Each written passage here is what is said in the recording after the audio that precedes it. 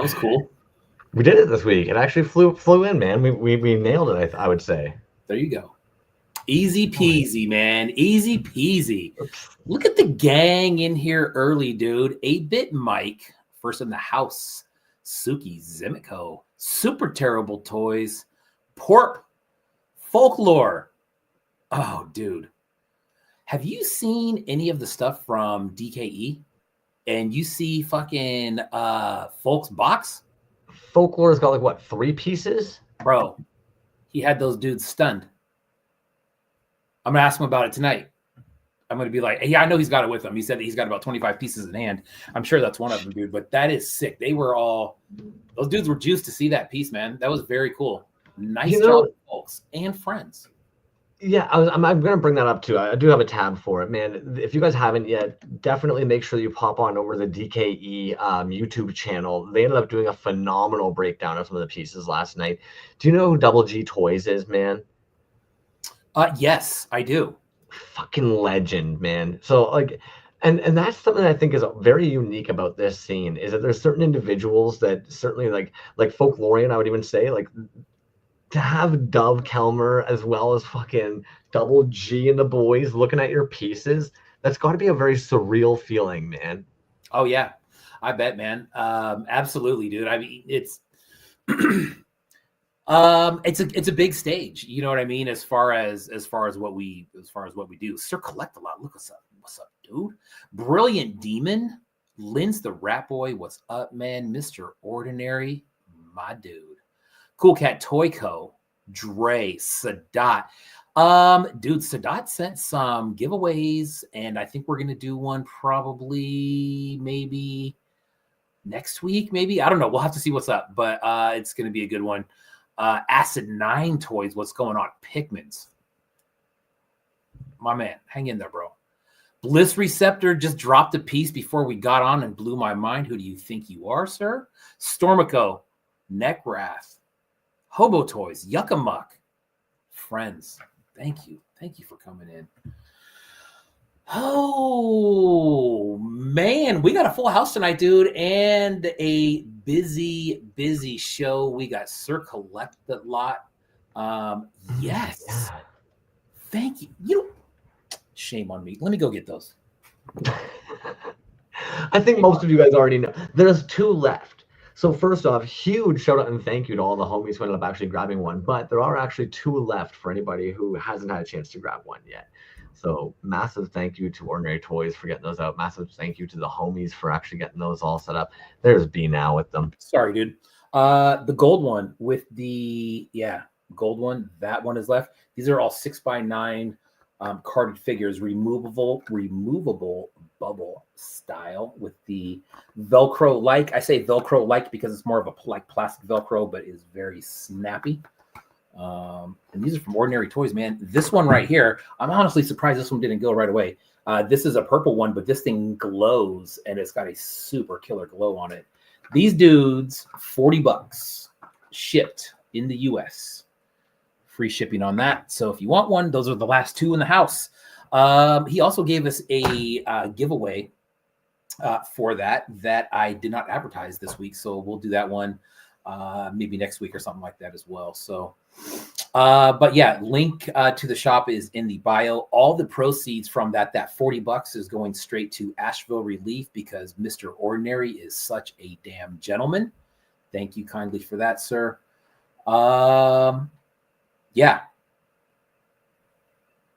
That's what I got to say about that. Sorry, dude.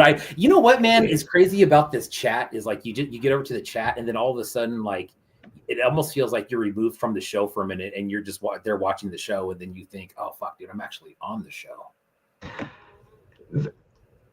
I won't deny that. Yes, it's a lot to actually try and catch what the homies are saying in the chat. And then of course, when you're in StreamYard and you're actually hopping between the different tabs there, like you can't see it all. I've only got 2 eyeballs. Yeah. I wish I could see more, but you're trying to catch it all, and unfortunately you can't. Bombardment. But yes, you did actually mention it, and I've got a little banner here for it. Boom. Because as you mentioned, we got to collect lots of toys coming in. They actually had the Toys and Treasures auction show. I don't know if I've seen an online art show like this before. Have you? This was kind of a new one? I have not, dude. What's funny is our buddy FKD Toys, Scott Suki, who is extremely talented. He had an idea for a show and mentioned an auction style show.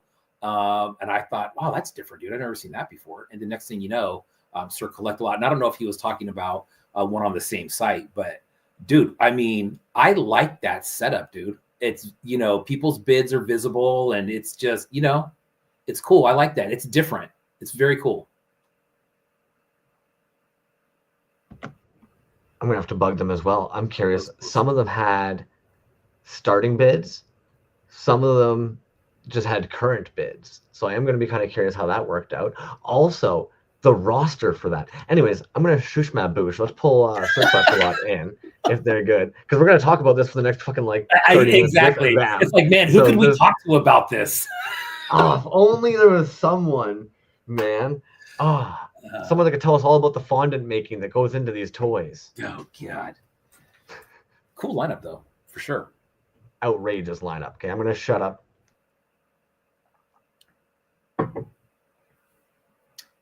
On mute. Yo, what's going on? Yo, what is up, man? How are you? I think Crumbs did one of his intentional muted things a second ago, like where everyone knows he one of these. I think we know he's muted, but he gives you a look like I know I'm muted, so it's all good. It's possible, dude. Have you ever watched a show where it's like a live show and you can tell once they screw up, like they're looking at it like, damn, we almost had it. You know what I mean? Like almost of course. We're getting there. It's getting close, man. What's funny is it's usually gone in the first 5 minutes of the show, and then the rest of the show is just smooth. So of course. Yeah, that's how it dude, goes. what is up, man? How you been? Not much. I've been good. Good to see you. It's been a little while since I've jumped on with you, but I try never to miss one of these. So it's more fun to be watching people than talking for the most part. But I've heard that. It's a lot less to just kind of kick back and relax and watch. Dude, tell me about this show, dude. Yeah, so I mean, you're right. What does kind of make it stand apart from other shows, I guess, is the auction style. I think that's just something I've always done. I always kind of jumped into this as somebody who didn't know how to price pieces, so I would just start to run auctions on Instagram. I think that I benefited from generating, against the old algorithm by generating comments, by having people bid in the comments. So I think that was something that I liked, and it just got people kind of talking. Yeah. And then I've really I've started to put pieces on my site after, maybe if somebody didn't sell in an art show, or if the auction, person didn't pay or something fell through, right? Then I had to figure out how to price stuff and put it on my website. So I've definitely figured that out since then. But when it came down to kind of this, getting to put together my own show, I thought I'd love to have people do the auction style, because I think it's really fun. And to get everyone on one page, I thought was just a cool concept. So it's this auction site that came to me a while back and was like, we see that you do this on Instagram. We're basically like an auction tool that's kind of an extension of your Instagram. And, it's easy to send people there. It's definitely a learning curve for collectors, because for 4 or 5 years, I've trained them to bid in the comments. So I had to be like, hey, I'm trying to work with this site. It makes it kind of just a little more organized. People get notifications when it's ending or when they're outbid, stuff like that. So, and then they were like, why don't you just try to get other people to together for a show. So that's kind of what I did, and I went with the auction style. So that's awesome. And I got like 20 of my favorite art. I mean, there's a few people I invited that just had other stuff going on. I know this is like a super busy time for people, so I got lucky with the people that I did get. But here we go. And so how many artists did you end up with in this one? I think it's 20 and me. I've got 2 in there because one is a collaboration, but on the flyer we got 21 of us. So nice. And it just started, right?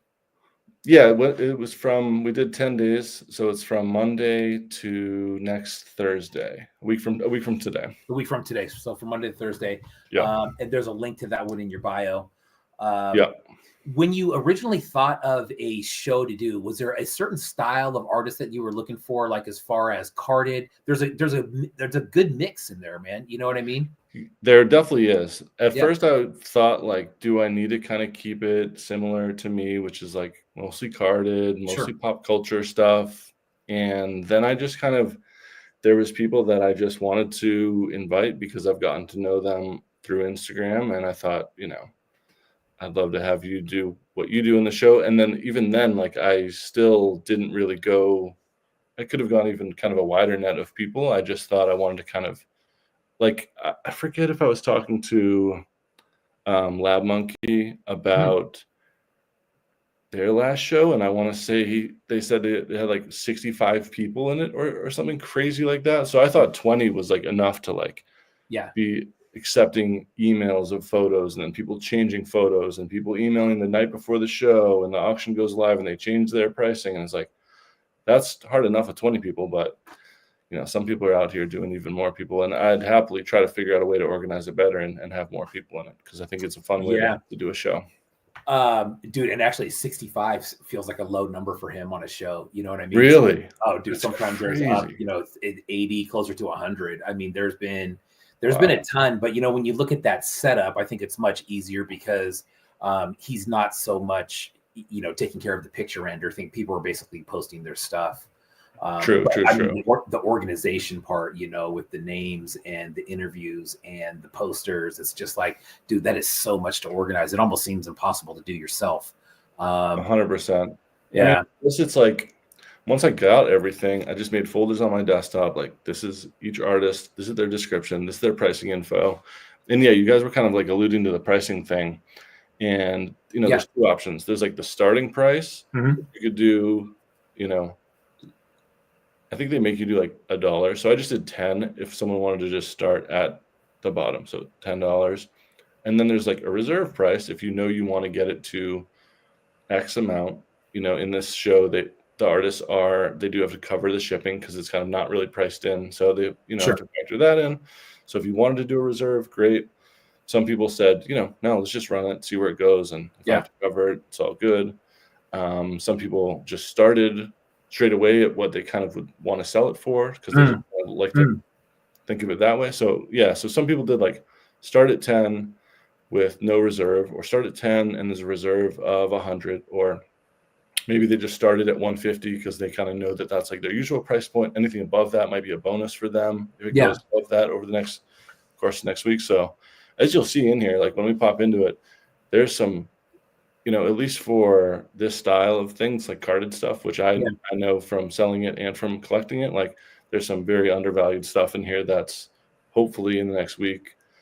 It's all about when people see it too. Like, these people are going to kind of have to send a reminder to their followers, their collectors, to see it. No one's like checking this website, constantly or anything, but right. Well, you don't know that. Yeah, that's true. And there's definitely people that are like, okay, I see where that's at right now.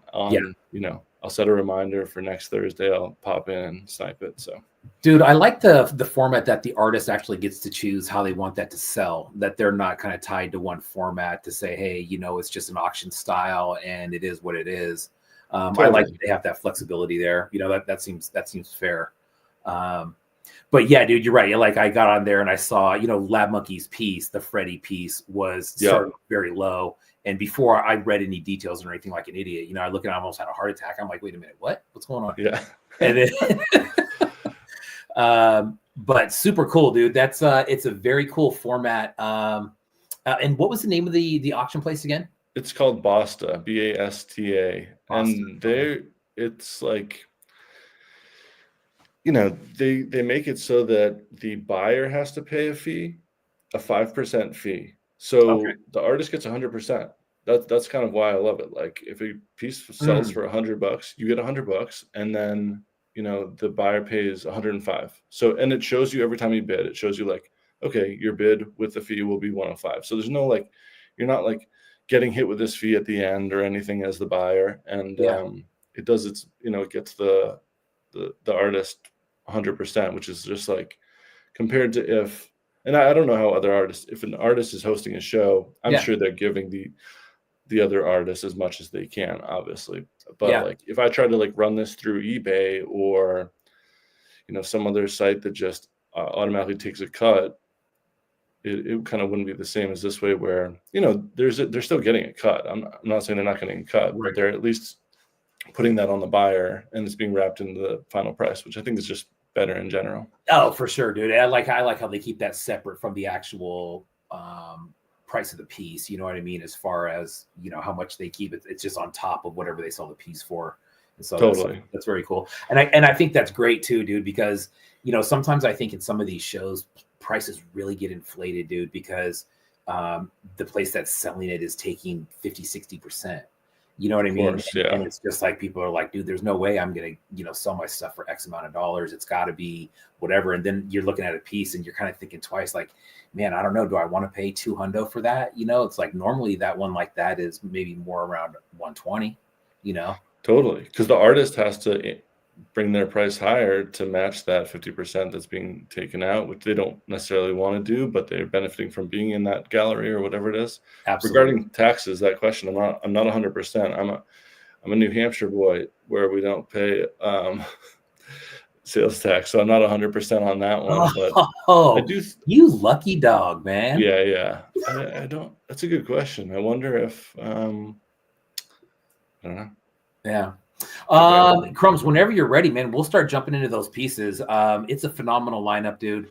And now do you know all these artists personally? Have you worked with these guys before? Or was it kind of like cold calling on some from being like, hey, I'm doing this show? Totally. I didn't want to, I wanted to like preface this with being like, I don't have like personal information about, you know, some of these are people that I've talked to for 5 years through Instagram. And some of them are people that I've admired. And then the first message I sent them was a month ago being like, hey, do you want to be in the show? I'd love to have you. And I got an array of people with, you know, a huge following or they're just getting started out and things like that. Yeah. So nice. Crumb Diddley, whenever you are ready, man, we can take a look at those. There we go. Oh, man. Yeah, so Ninja Tubbies by Ben Gore. Yeah, he was like, he lives in England. He's got, you know, this Blue Monday Press, which is like, he put out the Bootleg Bible, if you're familiar with that book. Oh, yeah. That's how I found him years ago. Nice. And yeah, I've kind of gotten to know him. We do kind of similar style of bootleg styles, carded stuff. So nice. Yeah, it looks like what? I don't know, maybe probably like a 6x9 backer there with the resin figure in it. It looks like starting on that one is, I believe that says 80, and it was a reserve that's not met yet. So it's 90. It's not. It's 90. Okay. Yeah. So his like, that's one where like I think he knows he has to factor in shipping from the UK. So he's like, I'm just gonna go high, and this is what I want to get for it. Anything more than that, a bonus. But yeah, exactly, man. That, you know, it's. Thank you for mentioning that, dude, that he's from the UK, because that, you know, when you figure in the shipping, you know, if it's included in that price, that definitely makes a difference, man, because you're looking, I mean, I know just from sending shit over to the UK, it's not cheap, dude. Like it's about $30. You know what I mean? Like and it's like, I don't want you guys to get hit with that. Like factor that in, and worst case, you keep the piece and you got to be part of the show. It's all good. Like I would happily price something that you're going to be, you know, safe with, and then maybe you sell it later on for a little less if you want to, whatever. It's all good. You just got to be part of the show. Nice. So I wasn't sure. Yeah, with the auction, I wasn't sure if you guys wanted to, because we can take a peek at it this way here, but I did actually pull them all up individually also. Oh, Well, okay. I also wanted to kind of point out, I've loved that the artists have been posting these actually throughout the week on their pages. Even though it was on the 4th, I've liked that you have mentioned it. Not everybody's going to be checking this auction site all the time. The idea, Totally. the artists seem to be posting it sporadically as well. It kind of fills in those gaps from the 4th to the 14th. So that was great, man. Definitely. And people, yeah, I'm sure they're going to kind of try to send some reminders next week too. It kind of gives you a couple chances to share it in different ways if you wanted to. And yeah, so this is kind of my standard ridiculous mashup of a couple little things that I had to do for the show. And I wanted to, like, I could have just done, sometimes I'll do something that's like more pop culture, pulling like a movie character from a movie and making it really the packaging like specific to that movie. But I also love these like dumb, mashup ones. And so for a show that has my name on it, I obviously had to do something like that. And sure enough, I had this is like this is I don't want to give too much information here, but this is basically taking a My Little Pony figure, ahead from like an old DC figure, doing a head swap, sculpting on some hair, sculpting on some eyebrows, smoothing out that neck to be like a pretty smooth transition between the two, and then a shitload of pink paint, and that's what I came up with. It has a good like balloon animal effect going on. Yes, you're right. It does. Yeah, there's a good shine to that too. I like. Yeah, for sure. That's funny. Creepy as fuck too. And I like to just like there's so many ways I could have, I'm mashing up, okay, My Little Pony and Sopranos. There, you could use imagery from both. You could kind of go like the packaging could have been more Sopranos coded, but with, the My Little Pony figure. But, I pulled from, okay, the font is going to be Sopranos related, and I'll get Tony in there. But that castle is just so perfect for My Little Pony as to be the backer for that. So 100%, dude. And I was gonna say, like, if you put a Sopranos backer on it, it changes it. You know what I mean? Totally. It's something different now. This here is great, dude. And I love how you put his face in the O to kind of bring that in. Exactly. But yeah, dude, I mean, me preference wise, I would be more into something like that as opposed to like a scene from the movie or something like that. Totally. It's already ridiculous. So like, why not let it be as ridiculous as possible? Yeah. Oh man, that's good.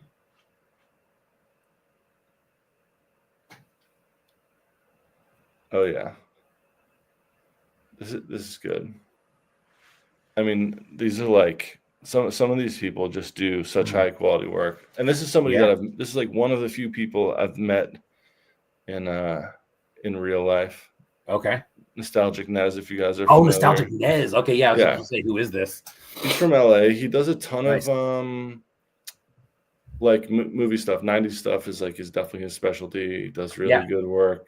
And I instantly, so again, this is an example of somebody that I did know and talk to a lot, and I'll throw ideas at and be like, hey, like with the Sopranos question, like, do I go this route? Do I go that route? I'll kind of bounce stuff off him. But yeah, this came out so good. And I like when other people do a good job of taking photos outside the packaging. I'm really bad at remembering to do that. Oh yeah. Dude, the paintwork on that's really good too, man. That's the Nick Cage from Gone in 60 Seconds. Yeah. Very cool. Killer paintwork. And I don't want to forget about that backer, man. I know how much you guys actually put into doing the backers. I know how difficult it actually is to get those backers banging. So that's sharp too. Totally. Like sometimes you get lucky and you find an image that just fits perfectly, and more than not, you have to do a lot of work. And it seems like it's not, you don't always share that part of your process, but sometimes that can be really tricky too. And then you have to like know where you're going to be putting a figure, and balancing that is not a given that it's going to be easy. You have to do a little bit of work to kind of finagle that. What was the price on that one, Crumbs? Could you go just check that real quick? Yeah, I think that's at $30. Yeah. Yeah. It's currently at $30. Wow.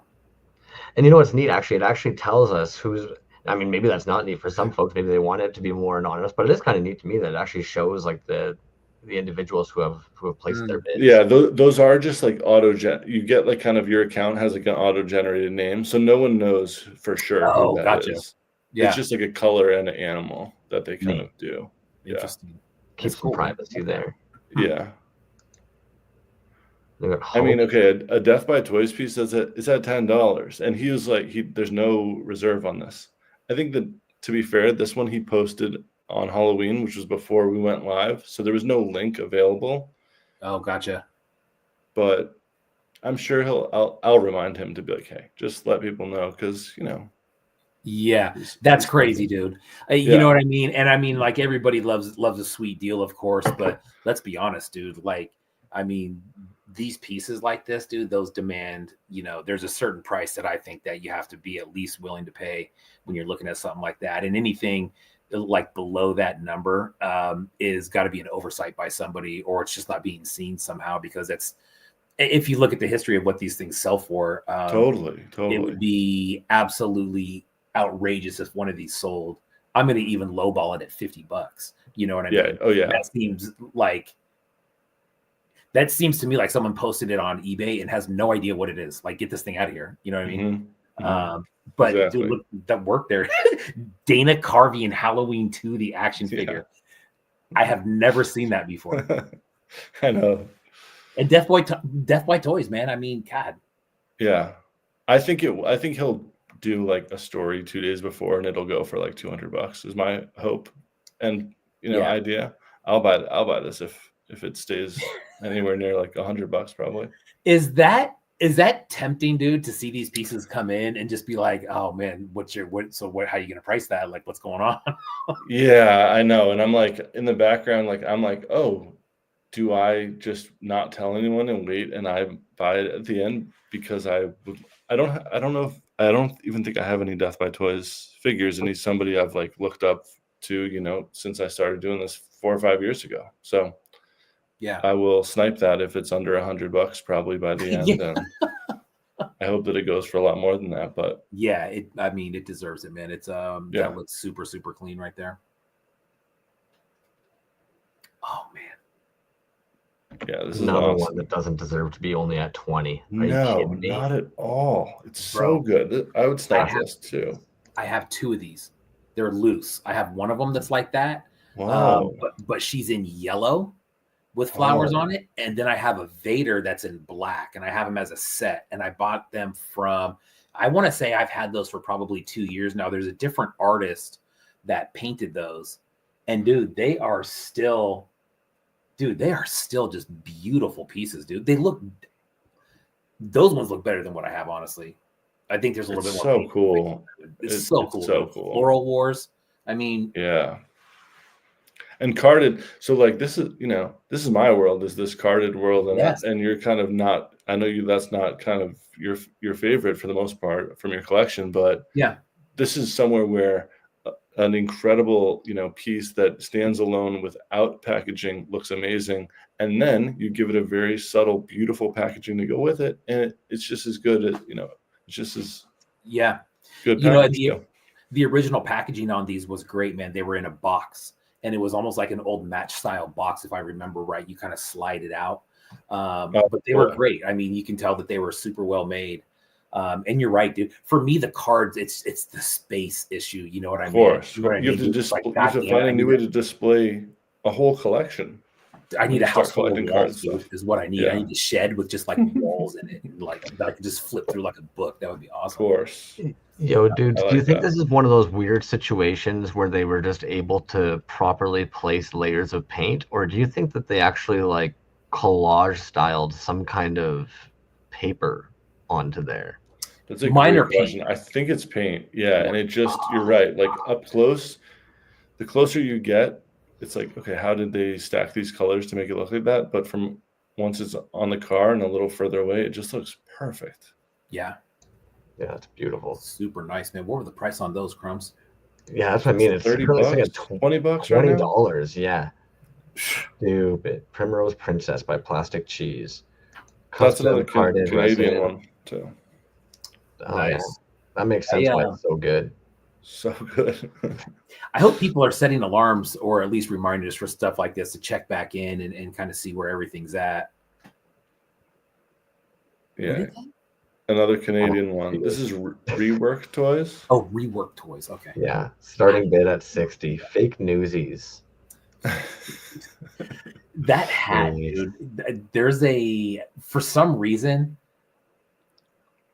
a friend of mine, whenever I describe that hat, I say a Newsies hat, and they know exactly what I'm talking about. You know what I mean? Yeah, you're right.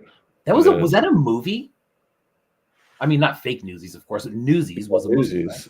Yeah. Must have been. Rework Toys, man. I don't think I've heard of this. Maybe I do. I don't know. 6x9 carded figure, and that one is how much, Crumbs? So here's one where I think he started at 60 just to be like, hey, I'm going to cover my figure and my shipping from Canada. Starting price was 60, you bet. Yeah. Musical musical and movie. Okay, I gotcha. We don't see figures with like that type of jointing too often either. It's funny. I know what I think I know what that is. Good point, dude. I don't want to break the fourth wall of bootlegging and kit bashing, but I think it's a penguin figure. He's got that kind of chunky stomach in his arms. Yeah, you're right, Crumbs. That articulation is not normal. At least the way that it's bending. Yeah. Well, you don't have to be a dick like that. That ain't normal. No, I'm just saying that even that stance right there, like I don't have too many 3.75s that can do that stance. You know what I mean? Yeah. I don't have many with a newspaper as an accessory either. A whole stack. Yeah, that's good. Oh, this is a banger. Let's be real. The current bid is $33 freaking on this banger. Yeah. Farmer Fran by Reality Breakdown. That's another. He also goes by familiar with Eddie. He goes by Eddie Anaya on Instagram. That dude I'm familiar with. Yes. One of those people. There's a few people that have like their personal name and I think they like probably started posting on their personal at one point and they're like, well, damn, this is where people like to look for my toys. So yeah, he ran with that. Nice, dude. And just a weird little kind of offshoot character in that movie. That totally in a fucking word he's saying, but it's totally. That dude's funny. He's funny as an actor. I don't know. I can't remember what that yeah. Is, but Waterboy, dude, it's classic. It's on like, probably 10 times a week. Yeah, exactly. That's a good one. What was the price on that one?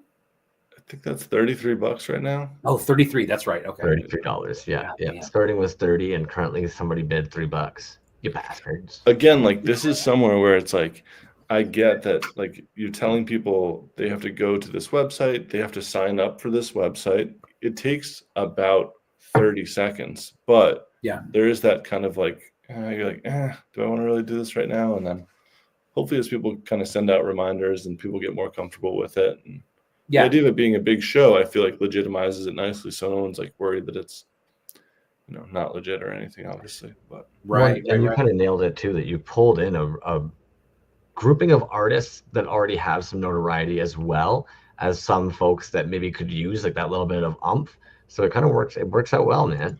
Totally. And I asked everyone, without being too like preachy, I said like, if I would appreciate if everyone just uses the link that sends everyone to the full page. Don't ideally send them to the full page. So every time someone heads there, they see all 22 pieces. They don't have to just see your specific one, but I think that give everyone a little boost. Yeah, absolutely, man. This one was awesome. I mean, I love this. I'm glad that this one's getting up there. Yeah, currently at 60. Nice. And so this is someone that is not like his work isn't really toy related. And I just love his art. And I was like, hey, do you want to do a piece in this? And obviously it's going to be a little bit more of a toy forward show. And this is what he came up with. It's so sick. It's so sick. So sick, he actually just posted on his page what the original figures were, and they're like, I think the body's like a dragon figure and the head is like a T-Rex, massive plastic figure. Right. And he did so good to mask that as like, now this is his whole own new thing. Yeah, dude, absolutely, man. And I love how he you know, and it needed to be there anyways, dude. But he snuck that collar in there. You know, Yeah, totally. It just like totally hides whatever's under there. But it's funny, dude, because you're right. I mean, like, and that's one of those ones where you look at it and you're like, oh shit, what's that, dude? And then you start looking at it, you're like, oh, it's Scooby Doo, and then you're like, well, wait a minute, it's a T-Rex head and a dinosaur body and you know, and then it's got a tail. It's like, oh shit. It's he transformed the shit out of that dude. Totally. You know what I mean? That is dope. The eyes are great too. Yeah. Really good. Oh yeah, this is Faux Show Toys. Dude, Faux Show, man. You know, I just started following them recently. They have some incredible work, dude. Yeah. They work strictly in like this style, like they kit bash with this style of pieces, which is very interesting to me. Like when I try to come up with an idea, I'm all over the place. I'll pull from every different thing, and I'll break off the arms from this because it fits, and the legs from this, and the torso from this. Yeah, they work in a very specific style. I don't even know what line. You know, they must work within like certain lines and brands of toys that they source parts from it. But it's so cool. Yeah, it is, man, and it's a cool little. You know, that was, you know, more like a play set almost. Totally. Take it out. I like that a lot. Yeah, me too, man. That's not something that you see a whole lot. I like when there's accessories like that, especially when it kind of. I mean, in Bloodsport, dude. God, what a killer movie! I thought that movie was so badass when I was a kid. Oh yeah. Like, where do you get a little table and bricks from? Yeah. I know. The fuck, man. I know if I was like, I want to make this, and I'm making Jean-Claude Van Damme, I would have made just like the figure, and I would have never thought to make the brick set. It's so good. Yeah, definitely, dude. And it, you know, especially when it's a part of the movie like that. Totally, yeah. But I saw Kajiki Toys. I have a Danzig, a Glenn figure, a 5.5, and he had he put a little stack of bricks in there with him, which is kind of a deep cut if you follow that kind of shit. But anyways, this is a great looking piece, dude. Nice, very cool. Yeah, it's awesome. Ages 17 and up. I'm almost there. And currently only $50, standing at 4 inches. Yeah, I think that's one where he started at 50, and so right now he'll get that 50, but you know, maybe someone comes up and bumps it up later. There you go, man. 4-inch on that figure too. That's interesting. Yeah, that's huge. For my world, 4 inches is huge. Oh, here we go. Yeah. Maximus Patton, the one-trick pony, man. Dude, that's a sweet figure. I love that green. So good. And I love that, again, he took the photo with it outside the packaging, and it gives it this whole nother thing to it. It's awesome. Sick. I've been falling in love with it, and actually Hobo Toys is the one that actually kind of like made me realize what the hell was going on, man. There's like opacity, and then like the translucent by just using like different pigments and like the different amounts and everything, but still using a translucent resin. Some of these dudes are fucking really good at it, and I feel like One Trick definitely manipulates it really well, and here it's really well done well, and we see it like sometimes in that weird fleshy one that they do. But this one definitely creates like a weird goopy ooziness to it. It's sharp. And there's like a lightness in the calves a little bit that kind of differentiates that part. I almost wonder if they airbrushed that. Yeah, maybe. Nice. And we've talked about that before too. You know, the amount that the dudes in the scene have been getting good with airbrushing, it really does make it difficult now to tell what's been pigmented, what's been maybe cold casted, what's been hit with the airbrush. Love that backer too, man. That little screen grab from the video game. Yeah, it's fun. That's cool. $30 right now. $30. I might snipe that. Yeah. Again, and you kind of nailed it at the beginning. It's an opportunity for some folks to have a piece that they might not otherwise grab. Did that say reserve net? Yeah, reserve net. So that's the minimum. If it sells for 30, it sells for 30. Yeah. Nice. God damn it. Chippendales Barney by Swankenstein. God damn it, bro. There's another guy that worked in a really specific type of figure. It's like the kind of wrestling style figures, and it's so fun. Yeah. It's really unique. I mean, as far as Chris Farley goes, dude, like I always love the movies, dude. You know what I mean? Like I don't think I'll ever outgrow those just because whatever. But that skit on Saturday Night Live with Patrick Swayze, that is some of the funniest shit, dude. I think that's one of his best things that he did as far as comedy, man. That thing is great. And I've never seen a figure like that. Yeah, I think he like finds, the clothes are kind of made for wrestling figures, so he's able to source like pants that would fit it and then paints it to kind of match too. It's awesome. It's so good, dude. I'm glad you knew where those pants potentially came from, because once more I was sitting here trying to figure out where he got some pants. Yeah. I don't know any of this shit. And that one I thought it said was $100, right? And then I don't know if that was. I think that was. Yeah. So no, that's one where he's like, no, I want to get $100, and if someone bids $100 or more, great. If not, all good. He'll get more than that, dude, for sure. Yeah, I think so. I think so. Good one. Oh yeah, Snap Fink. With the Remco backer, dude. Yeah, so good. I like when people adopt like, a specific style of backer that replicates something that a real toy line did. Yeah. Yeah. The Remco ones are funny, dude, just because I think they're so noticeable. You know what I mean? Like you can tell that from across the room. Totally. I mean, Super 7 does it. Yeah, exactly, man. Yeah. And that is a creepy looking little character, dude. Look at that. Creepy. Oh, and he was like, "Oh man, like I didn't come out as good as I hope." I'm like, "Are you kidding me? That's perfect. It's like supposed to be creepy and spooky, and it matches the backer perfectly. It's great." He also looks like he used a band to tie it into the back so it doesn't move. That's clever. Yeah, I haven't seen. I like that. Yeah, I like things that make it, give it that extra store-bought feel like that, or sticker, or different things. It's really cool. Yeah, absolutely. The accessories too. Yeah. Again, sorry. The hand's actually little. Come on. You're right. I didn't even notice that. I knew that was the whole thing, and I didn't even stop and inspect it to confirm. So good. Dude, Chris Elliott as an actor, he was on some random stuff, dude. You know what I mean? But I always thought he was underrated, and I think he's really funny, dude. He had that one show. I can't remember what it was, dude. You remember? What was that? Failed Paperboy, where he lives with his parents. Oh my! Yes. So you know why he's so funny? Also Canadian. Oh yeah, there you go. He definitely is Canadian. Dude, he was good in Groundhog Day. You know what I mean? It's just a little sidekick, but yeah, that show where he was the paperboy, dude.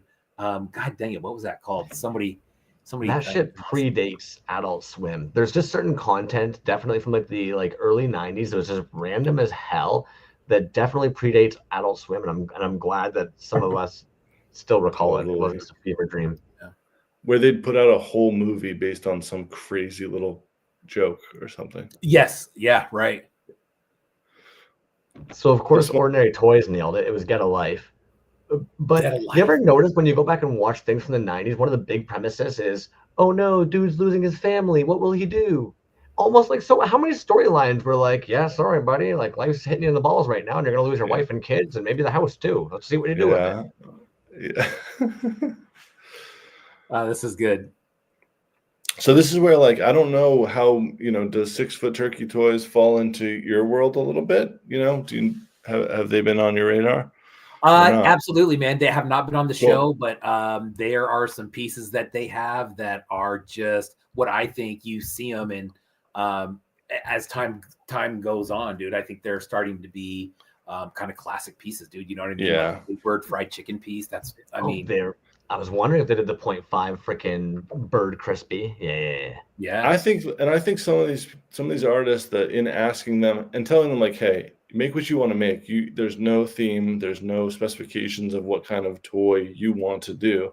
And I think some of them probably went with carded stuff to kind of match what I like to do, but not necessarily, but it's cool that this is kind of what, and this was, I think, maybe a piece in this case that they already had put together, they'd already released, and now they're This is in, I think they're in Valencia, Spain, where there was like a ton of storms and flooding recently, and so they're kind of auctioning this off to benefit certain resources in the flood. Nice. That's super And there we go. Like they got one, they wanted 50. It's at 50 so far. So there you go. Nailing it. Zimico with the Handsome Boy Modeling School shout out. You maniac, dude. That is probably a top 10 album all time for me. Prince Paul and Dan the Automator. What a great album, dude. That was a little side note to that, but holy shit, dude. What a great album that was. Anyways. 6 Foot Turkey Toys, man. Oh, damn. I mean, Steve is insane. He makes magic. He's just someone that the talent is like on display in every piece that he does. He's also really good at demonstrating what he does with the behind the scenes videos and things like that. That it's just so good. It's crazy, dude. You know what I mean? And it's not just these, it's the wooden toy, it's the pull toys and how they work, and the art involved with that. The peanuts that are just tiny, and insane, dude. The Nintendo games, the shaving stuff, like we're seeing here, the deodorant things. I mean, I'll spend hours repainting a face of a figure that I primed, and I have to get the eyes to look right. And this guy's making like fully detailed, very recognizable celebrities or whatever in the size of a peanut. It's unbelievable. It is. He's so good. And at 170, I think if that sells for 170, I'd be blown away. But I think that's a steal at 170. Honestly, if you look at exactly its body of work and what it typically goes for. But dude, that's so freaking cool. Look at that. Oh man, so good. The colors, dude, are super sick. I love that eye is nuts. Mm-hmm. I wonder if it still kind of smells like Barbasol. The Casino, man, that's a great one. Cremo. And with the packaging, just to put next, I mean, you'd want to display it outside of it, obviously, but to have that right behind it, so fun. Yeah, I like how he went with that kind of 50s horror theme too. That's cool. Yeah. Wow. Sorry, I went by for 1 second only because I also love the fact that this is a Barbasol. This dude has some on his tongue as if he's really eating the shaving cream. I didn't notice that. Touch, that's sharp. Yeah, that's cool. So good. It's awesome. Kilo Flow. So here's one that I learned from you guys. Yeah. I wasn't familiar with her till she was on the show. I followed her, and then out of nowhere, I just was like, hey, do you want to put a piece in the show? Banger artist. Banger artist, man. And for only 50 on these, I'm surprised that their following of these little cutie pies haven't snuck over yet. Bro, started going nuts. Yeah. You took I don't think she's right out of my mouth. She may not have posted that this was like specific to this show yet, and I'm sure when she does, it'll go immediately. For sure, dude. I mean, I expect it to go higher than 50 just because when those first came out, and I think still to this day, I mean, they post, they're gone. They post, they're gone. Yeah. They post, they're gone. I mean, it's that fast where you're just like, damn, unless you order like a custom or something like that, you're going to have to set an alarm for that one, Since she's posted, since this show started, she's already put up other stuff that I'm sure is already gone. Yeah. Yeah. And Crumbs is right, dude. Big following. I know that for that show for us, when we did the giveaway for it and stuff, we had a lot of people from that probably have never watched us since. And there's nothing wrong with that. It's just that we have this whole offshoot following that doesn't typically follow the scene, but they love this work, which is cool. I think that's really cool. Like that. Yeah. Cool. Dimension X. Phenomenal artist, man. Their print work and their paint work is just stupid. And 60. Some of these oversized pieces are insane. That's what I was thinking when I saw the scale of this. I was like, well, that's different. I mean, because some of the stuff that he does, you're right, dude. I've seen him at Designer Con a couple times, and the pieces that he has there are they're massive. Yeah. Really cool. It's awesome. I mean, this looks, between the packaging and the actual figure, it looks like a full-on store-bought Simpsons and or TMNT figure. It's like, yeah, Well, super I love that official. they stayed on brand because like they are somebody who loves TMNT. So Good call. this is right on point, man. Like that's a beautiful, like, let's stay in line with my brand as well. That's dope. Yeah. Yeah, nice. That's a good one, man. Looks sharp. And currently just $60. There you go. Oh, so the reserve has been met on that one, yeah. Heaven's Gate. I haven't heard of Dogman Toys before. Dogman I found earlier through DK. Like when I got into collecting, I knew Socklord and I was collecting Socklord toys at first, and then I found DKE kind of through Instagram, and it was either like an early DKE con where he was like listing old pieces from, he has like new stuff coming out, but then he would also have like a backlog of pieces that he got from certain artists for shows that he didn't sell in those shows. And I was like, what do you got? And I kind of went through Sucklord stuff, and then I'd learn about, and Dogman. I think they work together a lot. So, but great stuff. Heaven's Gate. Do you remember Heaven's Gate? Yeah, this is a heavy one. Wasn't that bizarre, dude? I mean, that was just. There's a documentary out. I'm sure there's a bunch of documentaries out there, but there's a more current one about that, and just bizarre, dude. I remember being younger and hearing about that, and was just like, "What the hell is going on?" Dogman Toys plays based in the band Trash Talk. How about that? I think like Toyz is like a side gig for him for the most part from his music. I feel like this is one of those pieces that I could never own because I need to know what's underneath that purple cloth. I thought the same thing, and I thought like, dead person. Did he mail it in and just use an old face, or is there nothing there, or did he do a detailed version and then cover it, which is like, that would be sick too. Maybe just melted it with a lighter, just melted the whole top half. It's not even there. Too.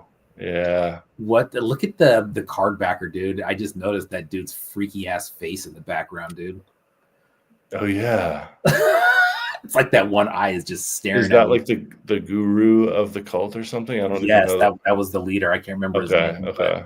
Yeah, that was the main dude. He did this video and his face is like that the whole time, dude. It's a trip. Creepy. Yeah. Yeah, so he's got a few in there that's Nice. running it up. Nice. Current bids at 70. Cool. Another banger. Adolescent deformed Nini tortoise. Oh yeah. Do you guys know Leg Boot? No. He does like really fun, weird, like I think he like loves doing video stuff, so he loves doing pieces that he'll like take something and put it into a store. That kind of like something that I'm doing a very bad job of kind of describing this, but make like a product and then put it into a store. That kind of thing. Dude, you know what I noticed too? This is a great example here too. Is that one of the previous ones that we brought up? A lot of people who do TMNT style backers, they're always super, super good, man. This is another one where it looks like something off the rack, right? Like him and the one that we just saw, Hence to Meet. That's another one where their backers are just so on point. It looks like they're right off the shelf, man. Yeah. Don't with stick. Especially when you consider some of those terrible bootlegs that you do see, and the printing or the like. Zamiko posted a great one this week with a Smurf that for some reason just had like this like thumb that had a weird growth coming off of it, and it's like, fuck it. And so I find even this is kind of jokes when you see like these stupid ass turtles chilling in the corners. You're like, what the hell is going on here? Derpy. They're derpy. Yeah. Yeah, that's awesome. Quad Squad. The names are great as well. Naked Guy with Gun by Fep and Sir Collect a Lot. Yeah, so this is one where I don't know if you guys know this guy, and I don't know if you want to jump out of your current browser and we want to get take a look at his work. I think it's worth it. I feel bad not doing this for everyone, but he painted that. He hand painted that from an old meme photo, but it here's like a real artist who's infiltrated this world and I couldn't begin to hand draw anything that would get close to being worthy of being on packaging. Right. But he hand painted this, took a photo of it, and I kind of created the packaging to make it still look like hand painted as much as I could, and then I created the figure for it. So nice, dude. That's a cool collab. I do remember that old school picture. That's from a real photo. Exactly, yeah. That was circulating around the internet years ago. Exactly. Exactly. Bizarre, Yeah. but he nailed it. You know what I mean? Like you could tell, like that's what that is. Exactly. And then it gave me the freedom to make the figure a tiny bit janky to work. Like I did this kind of like patchy facial hair, chest hair, and the eyebrows, and the paint job kind of looks a little splattered, but it kind of made it better match his painting style. It was so much fun to work with him. I'm definitely I think he's Swedish. Nice. The way you did the paint app, my eye keeps being drawn to these parts right here, disgustingly. Yes, I had to give him a little bush poking out. But that's funny, dude, how, that style of art in his backer, you tried to match that with the figure too, dude. That's very funny. Totally. I will likely pull up the Step Toyz in a little bit, but I do want to make sure we get the rest of them through. Yeah, good call. Just only because I know that we've already somehow squashed that first hour almost. We just do it. It just happens. Yeah, I thought you guys would have me on for like 10 minutes. I was like, what the hell am I going to talk about? And now we're coming up on an hour. Yeah, you just look handsome. We thought we'd keep you around. Thanks. I'll get another beer and we can keep going. Yeah, there you go. Oh, that's a good one too, man. Oh, yeah. Choose plastic. Plastic. So these last couple, I won't deny, I am not too familiar with. I'll be 1,000% honest. Yeah, and it's another one where like I can't tell you exactly where I got to know him from, but insane packaging, like really good. Looks like it was out of a store. Creates those little sticker decals to make it look like it is store bought, and really fun doing the background of the pizza, the empty pizza box. So. Oh man, we had a movie theater here in town that was just old, and it was closing down right around the time that these movies were coming out, and they used to play these movies. You could go watch Ninja Turtles 1 and 2 for like $3. That's awesome. You just have to deal with the just horrible ass theater, and I think almost every movie that I went there, the first about 20 minutes of the movie is just no sound.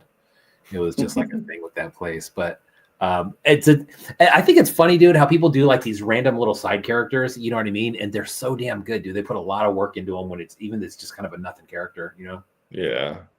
And you just know, like, when you think of that obscure character, someone else's too. You're going to tap into someone else's nostalgia about that character or that movie. And I love to do that. And if not everyone gets it, it's all good. The people that you tap into that do get it is even funnier.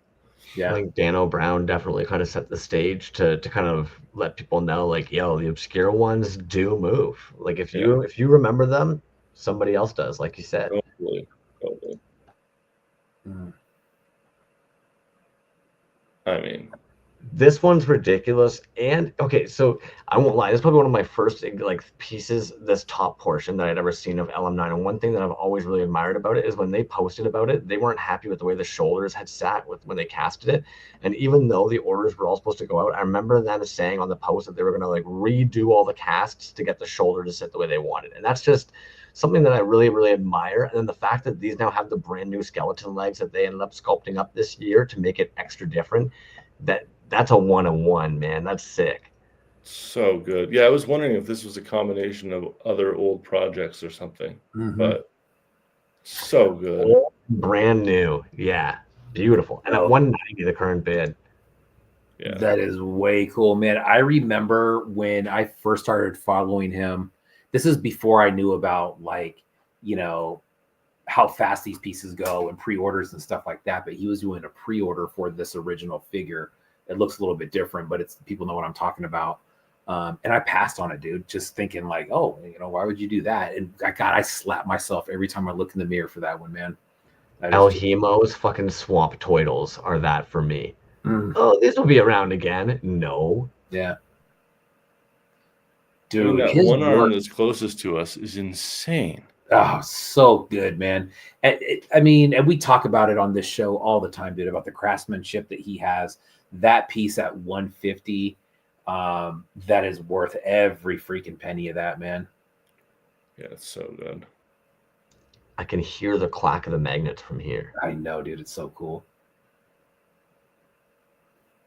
And he says I think he said that it's all interchangeable with other pieces of his, right? Absolutely. Yeah, 100%. They've got the protocol that works between a bunch of the Canadian makers, LM9, Toxic Fumes Toyz, and Angry Beast. Yeah. Wow. What's crazy about his pieces too, man, what I like about him is that when you have multiple pieces, you could sit there and it's one of those things where you're like, man, should I be messing around with that? You know what I mean? I don't want to break it or fuck it up or anything. Totally. But then you start moving it around and you're like, damn, this is actually, it's fun. And it's a little bit therapeutic, dude, to sit there and just make different combinations and get your mind working. And with his, I mean, the magnets are all so fat and chunky, and you get that nice clack on them. Dude, there's something like fidget spinnery about that. You know what I mean? Oh, yeah. It's like, God damn, that's cool, man. That's just a thing, This is one of those, imagine trying to explain that to somebody who doesn't understand toys, handmade toys. And try to explain to them how what you just said, it would be absolutely, someone's brain would explode. Yeah. You drop that on the first date, and if they look like they have no idea what you're talking about, you just walk out and leave them with the bill. Exactly. Yeah, and then you're looking at them and you're like, what do you mean? What do I mean? Yeah. This is Suspicious Duck. I don't know if you guys would know them. I think they're from Vermont. I don't, dude. Suspicious Duck. Just fun bootleg stuff. Lots of little kind of all different kinds of just carded stuff. It's really fun. Well, currently 160 the bid on this bad boy. Yeah. Wow. He said he put it on, I don't know if you are familiar with, I Think You Should Leave, this TV show, but he put it on the Reddit for this, and he said it kind of blew up on there. So I think that's probably Reddit is that's what it's all about. Utilized tool.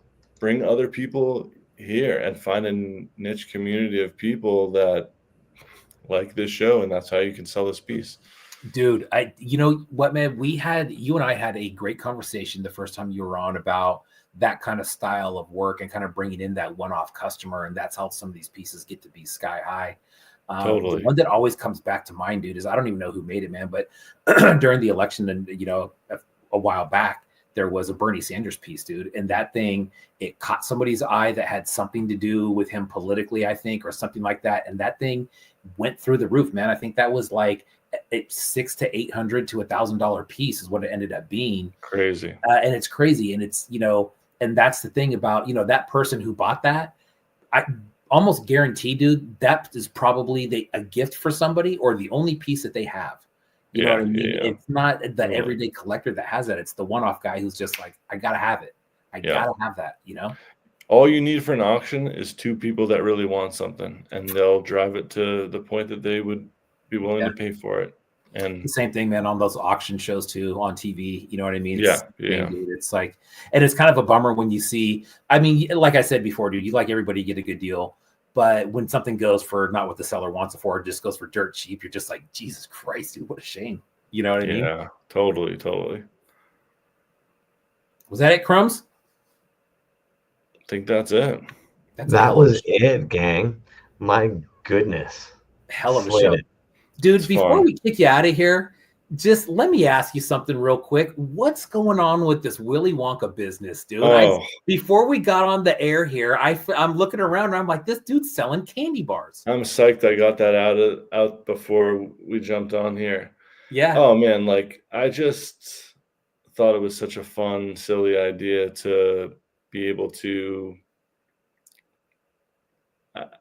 I don't even know how to. I'm not selling. I can't sell this, right? I wasn't gonna just sell chocolate yet. I like the idea of it, and I am going to try to push it to potentially get it into some like local stores and just see what happens with that, right? Because that would be fun. But for now, I've got 100 bars, and I'm going to put 20 different these babies, these Sir Collect-Lot golden tickets in there, and then on the back, I'm going to have different things that you can win. And I just thought that was a fun thing. And it's not like I'm like charging somebody just for that. It's just going to be an add-on to you. You place an order. I'll put a few bars in there, and maybe you'll get a shirt out of the deal. Making the chocolate for you? Yeah. It's like a place in Massachusetts near where I grew up. That's awesome, man. That is unique for sure, dude. That's a cool idea. That's a very cool idea. And it's like I feel like chocolate and toys align pretty well in a fun way, and so I love chocolate, man. Yeah, who doesn't like chocolate? Yeah. Dude, give us the rundown of the show one more time. When does it end? How do people get in there? It ends on the 14th. It ends a week from today at 3 p.m. It's basta.app/toys and treasures. I've got it in my bio. Any one of these people, for the most part, are going to have it in their bio to be able to track down that main page with all the pieces on it. And appreciate everyone taking a look. Yeah, awesome, dude. It's a unique setup, dude, for the show. I dig it, man. It's you had a lot of information in there about what kind of how that works, and I like the flexibility of it from not only the buying standpoint but from the artist selling standpoint as well. So very cool. Everybody check that out, man. Everybody. Can I show you guys one more really weird thing that I'm working on that I haven't showed anybody? Please do. And what do we got? It's for a client that I wouldn't be able to. I'm not supposed to show this about, but I think that there's zero chance that they're going to find this this way. You're like, look, there's no way they're ever going to watch your show. I'm just saying. No, it's for Cheez-It crackers. They have me do their figure, and it's this little character. Oh, dude, it's so fun. Okay, now you did something for Pringles, yes, right? Exactly. And so how does this shit happen, dude? Did you just get a call one day and they're like, "Hey, what's up? This is Jim from Cheez-Its." Oh, I mean, you nailed the connection, because I reached out to Pringles and just hit them up and was like, "Hey, here's what I do. I could do this. I could create kind of behind the scenes content of me making it. You could use it for social media," and the same, social management team also represents Cheez-It. So this is our second project together, and this is I don't know if you guys know the old Peter Pan 90s figures where it's Peter Pan and he's doing this thumbs up. These are the thumbs from that and the feet from that. And so I put together a video of me kind of working on it. It's going to be really fun to show people that start to finish of this, really cutting off the hands and feet of that and then sculpting this cheese cracker to match it. But I thought you guys would appreciate that, and I haven't gotten to show anybody that yet. So that is awesome, dude. Thank you for showing that. And what's the end game with that, man? Is it just a one-off? It's just one-off. Yeah. Okay. Like I've found that some of these big brands, they really just want it to produce even one post on social media, and that's what they're willing to, hire me to do, which is awesome. And but for every 50 brands that I reach out to, I get 2 or 3 that is interested. So it's never like a guarantee, but it's just fun to kind of seek out ones that might want to do it. Yeah, you just keep throwing until something sticks, man. That's but I mean, I always think that with anything, that's the way you do it, dude. You just keep on talking. Somebody answers, dude. Someone's going to answer sometime. Totally. There's not enough jobs coming to me I do this full time, but there's not enough jobs that come to me to keep it up. So I have to find them. And there's a lot of ways to do that. I don't like when people get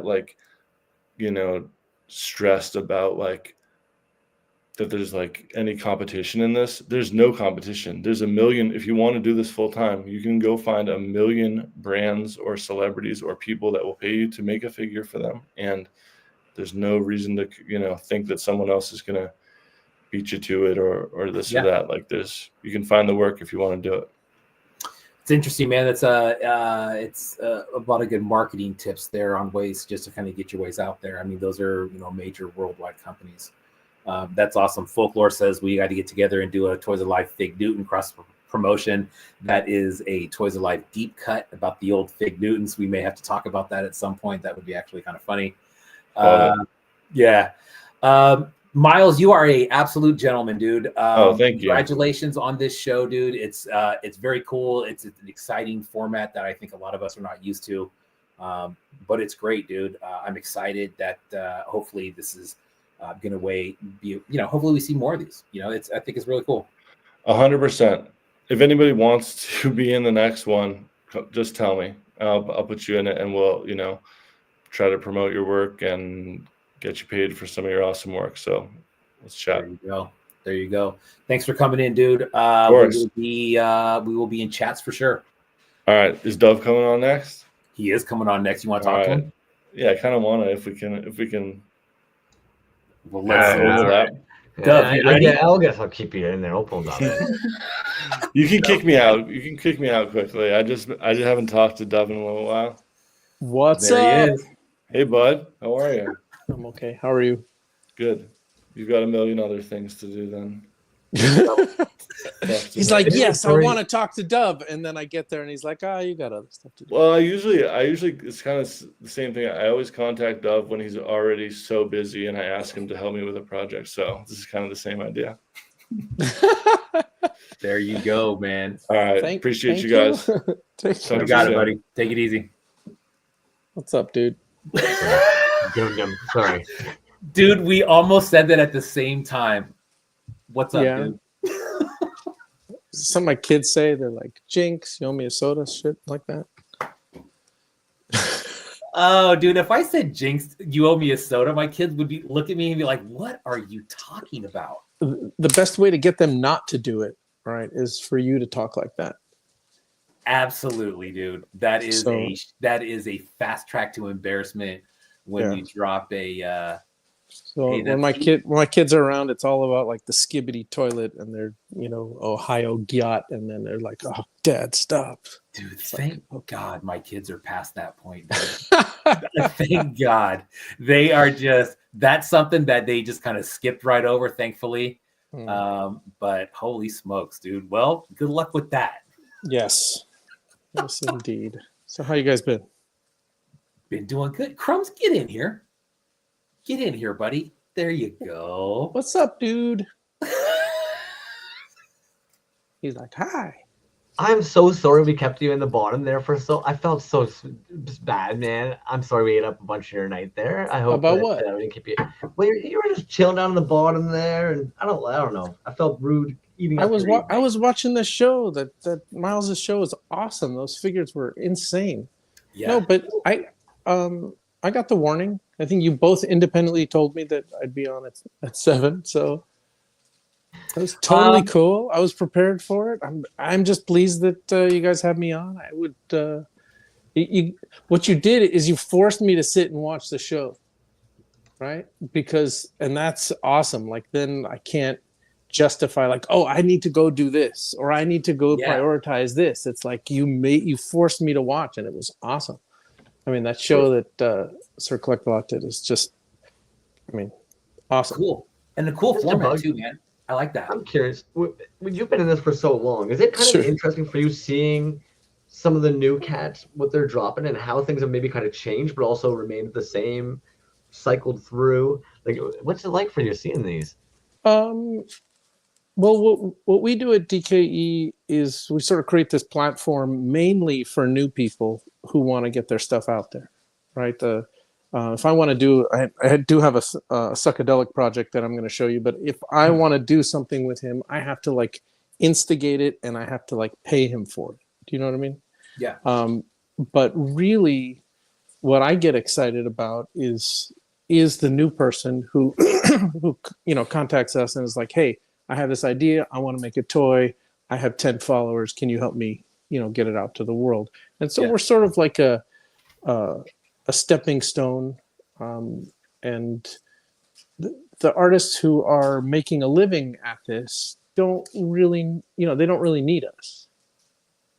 You know what I mean? So we Yeah. sort of serve a purpose, and we obviously still maintain relationships, and people do every once in a while come back and make something for us just for the fun of it. It's I don't know. Does that answer your question?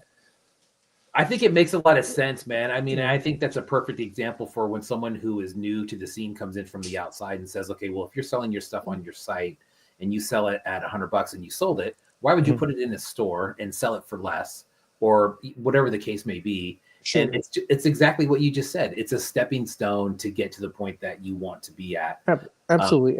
And so when an artist calls, I don't really go reach out to many artists. I don't have time to do that. It's really Sure. people contact me, and then I really need to get them on the phone and just explain the process, what we're looking for. And the first thing I caution them is like how shitty the money is, right? Because they're already not compensated, well for what they're doing. Sure. Right. Look at all those one-offs. Some of those things are going to sell for $60, $80, $100. How many hours went into that? Agreed. There's no one who made a figure in 1 hour and they're like, dude, I made $100 for an hour. Like, Yeah. No fucking way, right? They spent like 20 hours, and they got like $4 an hour for their time. Like, so I'm very upfront and cautioning people, don't do this for the money. Like, if you make editions of stuff all the time and you give us one to sell for you, it's the only thing that we have to offer is the promotion. Right. We have our own show. You guys are generous enough to have me on the show off all these artists' work. We go, we try and get on. I will sit and go over all of these figures with anyone who will give me the time to put it out in front of another, a group of people. And then the best thing we have to offer is the setup at a convention, where we can put all this stuff out and walkers by can just sort of discover basically this genre. People walk up and they're like, what is this? What's going on? And that's so. If you think about it, my goal, and I don't know if I'm always successful at it, is really to do outreach. I guess, if that makes sense. I mean, I wish it was more profitable. I wish I could, only do this. I wish I could have a gallery in New York featuring, resin artists with pieces selling for hundreds of thousands of dollars and wouldn't, sell them just like some snobby assholes who, have way too much money. But sure. That's not where it's at right now. But, we always hope that that's where it's going to go. Just curious, dude, when you have that initial contact with somebody and you start breaking down the process and you start talking about money, are artists typically surprised by that? Or for the most part, are they going in saying, God, man, I'm looking at what these things are selling for, and I know there's not a lot of money in it right now. It may be someday and I want to get there, or are people blown away going, man, I'm not going to sell it for that and only make that much money. Are you crazy? That almost never happens. Most people just tell me they don't give a shit. They're like, sure. That most of them are like, we want what you have to offer. What can I make you to get my name out there? Because if you look at what they're giving up, if you're giving up, half your money on a $50 toy that you made 10 of, right? Like, what if it sells out? What are you giving up? $250, right?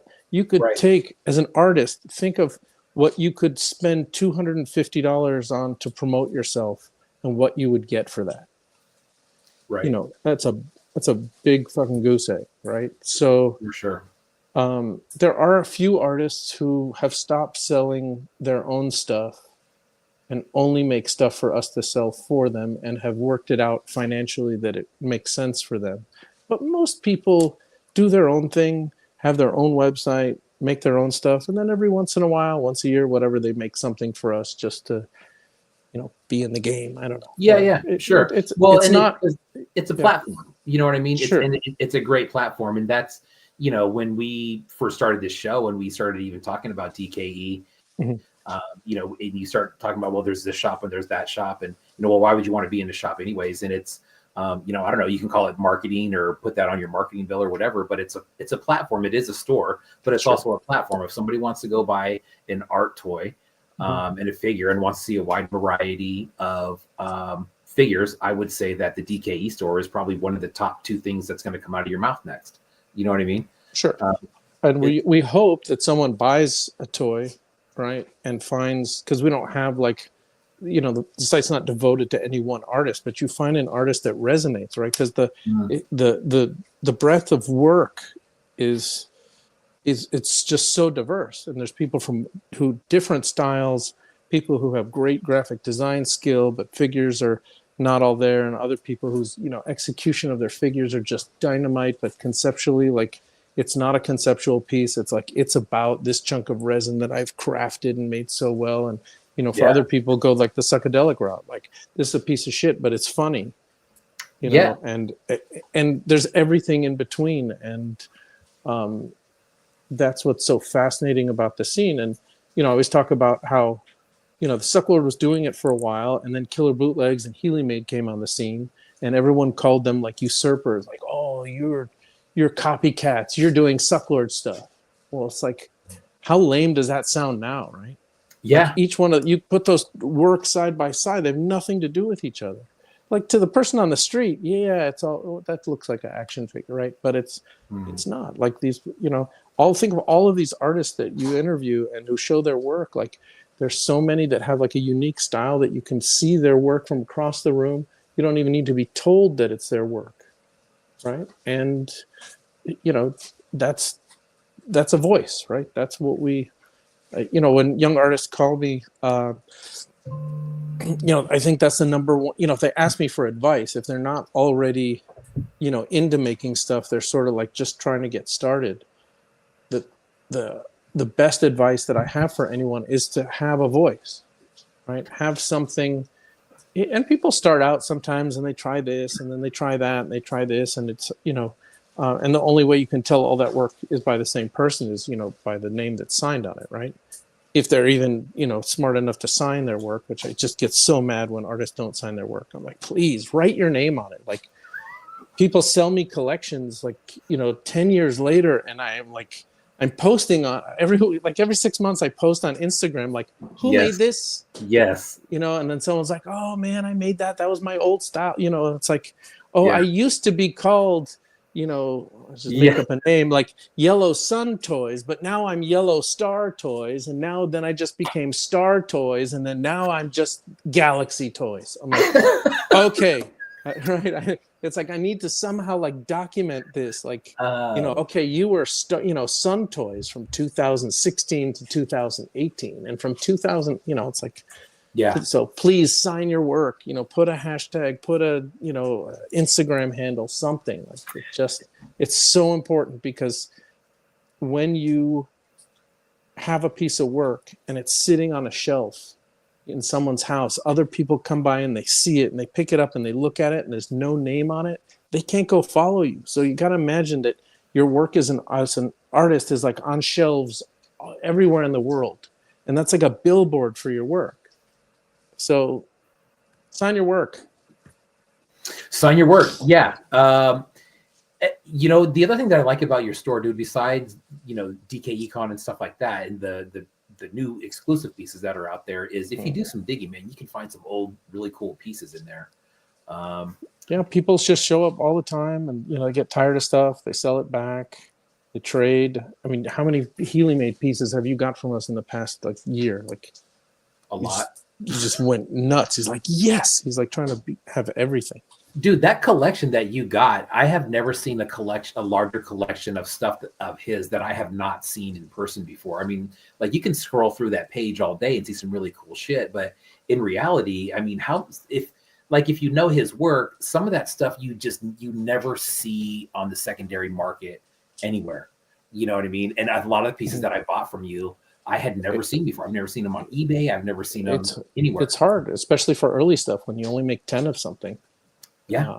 You know, and then they all disappear, and then someone gets tired of it, and then one makes it back onto the market. So I'm going to unplug this for a second just to make sure my battery's charging, because I just got a warning. Oh, okay. Give me 1 second. we also get lucky, I would say, that there's folks in the community that they recognize and remember certain pieces, so they'll chime in. Like, how often has like folklorian actually recognized a piece or known an artist from a certain period? No, it's true. And one of the things I would actually mention, I think for a lot of artists, whether it's intentional or not, I think they see the community that you actually do. I don't know. There's an appeal when you're a new artist. When you guys create, especially for like a DKE con or the DCon happening right now, when you create those banners and you have that uniformity on your page, that's something that's really important to up and coming artists, as strange as it seems, to see themselves alongside some of their peers and to be a part of that uniformity. It really makes them feel like part of a community. They do. I'm not sure why. I try to discourage them and say, like, this doesn't mean anything. You know, and they're like, no, like, I want the thing and I want the on the table, and I want you to talk about it on the shows. I'm like, okay, I'll do it. Like, then when they tell me that, I know they're doing it for all the right reasons. Right? Yeah. So, I wish. I think the experience for everybody is different. You'll have some artists that are like, dude, without DKE, and other people are like, oh, fuck that dude. Like, he didn't do shit for me. It's like, I don't make the work, it's like, yeah. So it's like, you kind of get both, you get like this extreme adoration on one side and the sort of sour grapes, like, fuck you didn't do anything for me. Like, sorry, like, I can't make people. I will put it in my store. I will, and they're like, hey, can you post it again? And it's like, I can't really post your toy. It's been out for 2 years. Like, I can't, like, I'll take it to a show. Like, I try very hard. I try to make a lot of people happy, and I can't make everybody happy. But. Yeah. And you know what, dude, for the amount of artists that you actually display at DCon, dude, the table, the way it's tiered, it's so clean, and you have so many artists on there. Going back to the uniformity, like Crumbs was saying, but to see it online is one thing, but then to even see it in person is also very cool, man. I remember seeing, like, a Jimmy Folklore piece next to, a fill in the blank piece. And it's just like, it's cool, man. It's a very cool thing to see as a passerby and as someone who's, maybe not a collector. But when they walk by and see that, I mean, how can you not stop when you see something? If you're a diehard Star Wars fan and you walk by and you see something that's Star Wars and you're like, oh, I've never seen that before. I mean, that's ultimately what we're hoping for. Like, we appeal to so many different people. There's obviously people who are into the resin scene, right? And like, that's the audience that you guys cater to, like, every week. It's just like, nerding out on just the most finest details of, like, how awesome this figure is, right? Yeah. There's some people that they'll never be able to get into that. They just want the dumb joke, or they just want the gift for somebody else. So I don't even, the shows that we do is not even a curation process. Yeah. Right. This is just the people that are willing to make stuff for us. So if that's just an invitation to any of the artists watching the show, it's like, if you want that experience, if you want an exclusive with us, just get in touch, Yeah, dude. And, that's the thing with the one-offs too, is we were having a great conversation with Sir Collect a lot about it, is I think as far as resin figure goes, man, if you want to really get it really high, sky high in the price and get over that, let's say $200 mark, it almost seems like it has to be that one-off piece, dude. Like, I don't see very many people making a run of stuff that sells at 200 plus and every single one of them are going. They're out there for sure. But I think to really get them up there, man, it's that one-off customer, like you just said, that you pull them in for whatever reason it is. It's a gift. They're just a diehard fan of whatever the subject may be, and it's something that they just got to have, dude. It's a different market, but I think it's it works. It definitely works. I think the people who, like, traditionally have gotten a lot of money, like Miles, Dano Brown, people who have done a single figure, put it on eBay. And sometimes it sells for $100, but then sometimes, there's just, a bug crawls up someone's ass and like, they have to have it. And then, a Dave Chappelle figure by Dano Brown will sell for like $1,000 or something. Dude, and it's crazy. Good for him, dude. It's awesome. It's crazy how much current events plays into that, right? I mean, sometimes when something happens, it seems like it's a race to see who gets it first. Right. But I think there's also a good window of time to where if you make something that's really sharp looking, Sure. on something that's an event or something that happened or the latest TikTok fucking person or whatever it is. Right. It's the weird one-off thing like that, dude, that I think really sells. Anyways, what do you got for us, dude? DKE Con, we got DCon coming up. I can't believe that's next weekend already, dude. I am extremely unprepared. It's nuts how fast this is, because last year was in December. Yes. Because Ben couldn't get his dates in Anaheim, and so that's the reason he moved to Vegas. So everything I'm going to show you now goes on sale tomorrow, November 8th, Friday at noon Pacific. And then everything else goes to the show the next week, which starts Friday, November 15th through the 17th in Las Vegas. So got it. It's kind of how we do it now. You know, we kind of feel that our audience is all over the world since pandemic.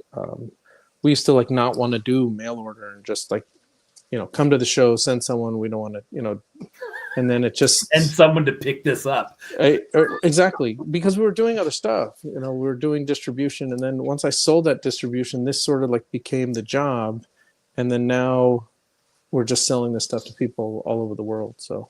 Yeah, it's awesome, dude. Killer Napkins says pumped for decon, dude. That is one table that I am very excited to visit. Killer Napkins and Epoch. What a freaking combo, man. That is just so wicked, dude. Like every show I come away with like a box of Epoch stuff. Like it's great. That new vinyl that he's got out, dude, it's super rad, dude. I love that. It's so good. All right, so everything DKEtoys.com tomorrow at noon, and then we go live on YouTube at 11:30, and we do this sort of like we just stay on probably until 4 or 5 o'clock. We have interviews with, I don't know, maybe 15 or 16 artists. Like every 15 minutes we have an artist, you know, sort of like telling us what they're doing, and should be fun. So nice. I'm going to say that every order by mail and in person is going to get a free Manly Art Boba Fett zine here, Bounty Hunter zine. There you go, man. We got one of those going out tonight, as a matter of fact. So there's that. Okay, let's get into this so I don't put you guys to sleep. If you need me to wrap it up or hurry up, you just let me know. Dude, I'm very familiar with your style. I love your pace and your flow. Yeah, you have at it, man. We are in good hands. All right. So the first figure that we have is an edition of 10. It's by Luke Chu, and it's based on a set of figures that we had before, the Realize, Resist, Resign. But this time we made an edition of 10, and they are chromed. How can I do this? And they're not like painted chrome; they're like real chrome. I found a place that does real chrome. So that means they're, as far as I know, I think they are metallized somehow, and it gets the real mirror on there. Damn. What do you think, Crumsy? Is that metal vac or what is that? That's what I'm wondering. Is that plated or like? Because how heavy is that? It's not, because it's like that electromagnetic. So I think they have to dip it in a light coat of something metallic. They can't do it on plastic figures. They can only do it on resin, and then they put a charge on it, and it does its thing. Yeah, like making a Safubi mold. Sometimes a Safubi could be sprayed. There's another process, but anyway. So we did 10 of each. They're kind of pricey. It's $5.95 for a set of 3 in chrome. Oh, it's a set of 3. Okay. It's a set of 3. There's only 10 of them. There is another chrome process that I think Jumbo Nuggetron uses. No, what's the guy who does the turtle stuff? Yeah, he does. Maybe not Nuggetron. There's another guy. I forget. I'd have to go look it up. My brain is Swiss cheese. But that's the process where you have to paint the item black, and then they sort of, you know how a mirror works, right? It's like there's a black underneath, and then, right? Sure. So you have to paint it black, and the shiniest black, and then you spray on this stuff, a sort of a see-through silver coating, and that's how they get their chrome. Oh, gotcha. But it was crazy. It was like $60 a figure to do that. Oh, wow. And so the place that we did this was the same place that Healy did his Death Star droid wrestler. Nice. You know how like awesomely chrome that is? Oh, like dude, so so cool. Yes. So that's this. Unfortunately, very expensive, but you know we sold out all the editions at $100. So the chrome at 200, only 10. I don't know. There's 10 people out there, so nice. Very cool. it'll work. So I was I don't know where I was, like eBay or Etsy, and I found this artist. His name's Andrew Har, and I bought this painting. Oh wow, dude, that is cool. And it was like $75. And I was like, dude, or $100, something like that. It was very inexpensive for a fully painted piece like that. And I was like, then I do what I do is like, then I go bug the guys like, hey, hi, do you want to make figures? And, you know, and then it's like, you know, who's this nerd who wants me to make figures? Like eventually I hit him up. Looking at that piece, and I'm not talking shit. I don't mean any disrespect at all, because I know a couple artists who do this kind of work, and I think it's crazy, dude. Did he paint that with his hands? Like with no... No, if you go check him out on Instagram, his name is Andrew Har, Harr. Yeah, he does it with a brush. He works very quickly. And you know, I don't know, this one just spoke to me. So I was like, hey, how about I send you blank card backs and we'll make a Boba Fett figure. It's almost like the Scream style. And that's totally. Yeah. And that's what we got. We got an edition of 15. They're all hand painted card backs with a clear Fett on top. No, those are all hand painted. Wow. He works fast. That's what I'm saying. Like, bro, and you said it's an edition of 15? 15, and they're $65. If I'm not mistaken, too, there's something about the way you're holding them that when it catches the light, it looks raised and almost metallic. It like it is fucking gorgeous. It is. It's. I mean, he's sloshing it on there pretty thick. Yeah, just like a freaking paint palette. If you can see. Sharp. So if you go check out 65 for that? Yes. Dope. Bro, that's very nice for $65. I mean, you're talking about a real art backer. And I wouldn't, that's not to say that nobody else's is, but you know what I'm saying. You know what I mean? Totally.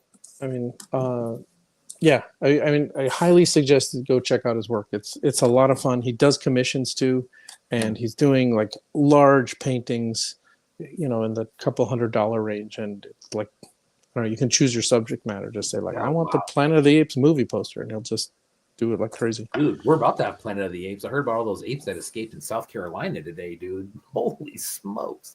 What happened? 43 monkeys escaped in South Carolina. And they're telling people, like, watch out. Wow, that sounds like an amazing science fiction movie just about to happen. I think Rogan had posted this year's episode of America is about to be lit. Wow, that's insane. Next piece here is from Pendragon. Oh, this is an edition of 20, $65, and this is 3 3/4. He calls it a Mexican style bootleg figure, and this is an example of let's say like Mexican chrome. And always his card art is on point. Signs him on the back. Yeah, dude. You said edition of 20 on that? Edition of 20, yeah. Wow. And it's a chrome one. I'm sure most of you know that this clamshell we sell. We manufacture and sell these. We split the order with Empire Blisters. We sell them for $2. And so if anybody needs them. In fact, any artist out there for $5 will get you a sample pack. It's really free with just paying for shipping. And this has about 20 blisters in it, all that samples of everything that we have. And you can check out all the blisters at dktoys.com/blisters. Bam. Great blisters, man. As a collector, they are very nice. And I think as time goes on, I'm getting more and more pieces of people who are using those. But I mean, especially if you want to take the figure out and display it and then put it back, it's the way to go. This next one is Lord Warpo Nipple Twister by Magoob, which is a obvious tribute to Killer Bootlegs. And he and Killer Bootlegs both signed it. And he did his Space Warped. Yeah. His crazy fucked up. Yeah. Interesting. But what does he do? You know, he scans this, does a 3D scan of like the Super 7 figure with his iPhone. Yeah, intentionally on like the shittiest resolution. Yes. Purposely does like a really bad scan on them. And he's just a graphic designer by trade. So, you know, you get just this awesome back. And if you look at our site, we have, you know, he's done Star Wars figures and, you know, all in this sort of like, I don't know what you call that, like low res, derpy kind of style. So Yeah. That's edition of 14, and those are 55. Dude, that his original one, the Scan Warper, that's one I always freaking regret. The Scan Warper was the Phantom Star Killer. Yeah, right, the all orange one. Yeah.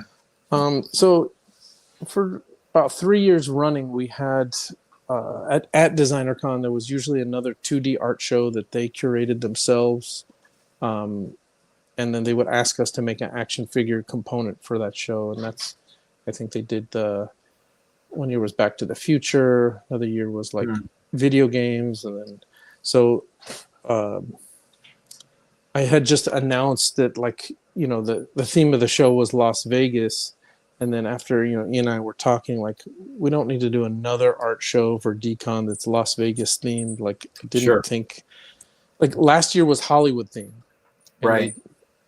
And I thought that those would not sell, and then I pitched them the idea. What if we do, like, you're going to do your big Hollywood show. What if we do like the downside of Hollywood and everyone just makes figures of, like, you know, homeless people and drug addicts and, you know, and Ben was like, you can do that in your booth, but you're not doing that in our show.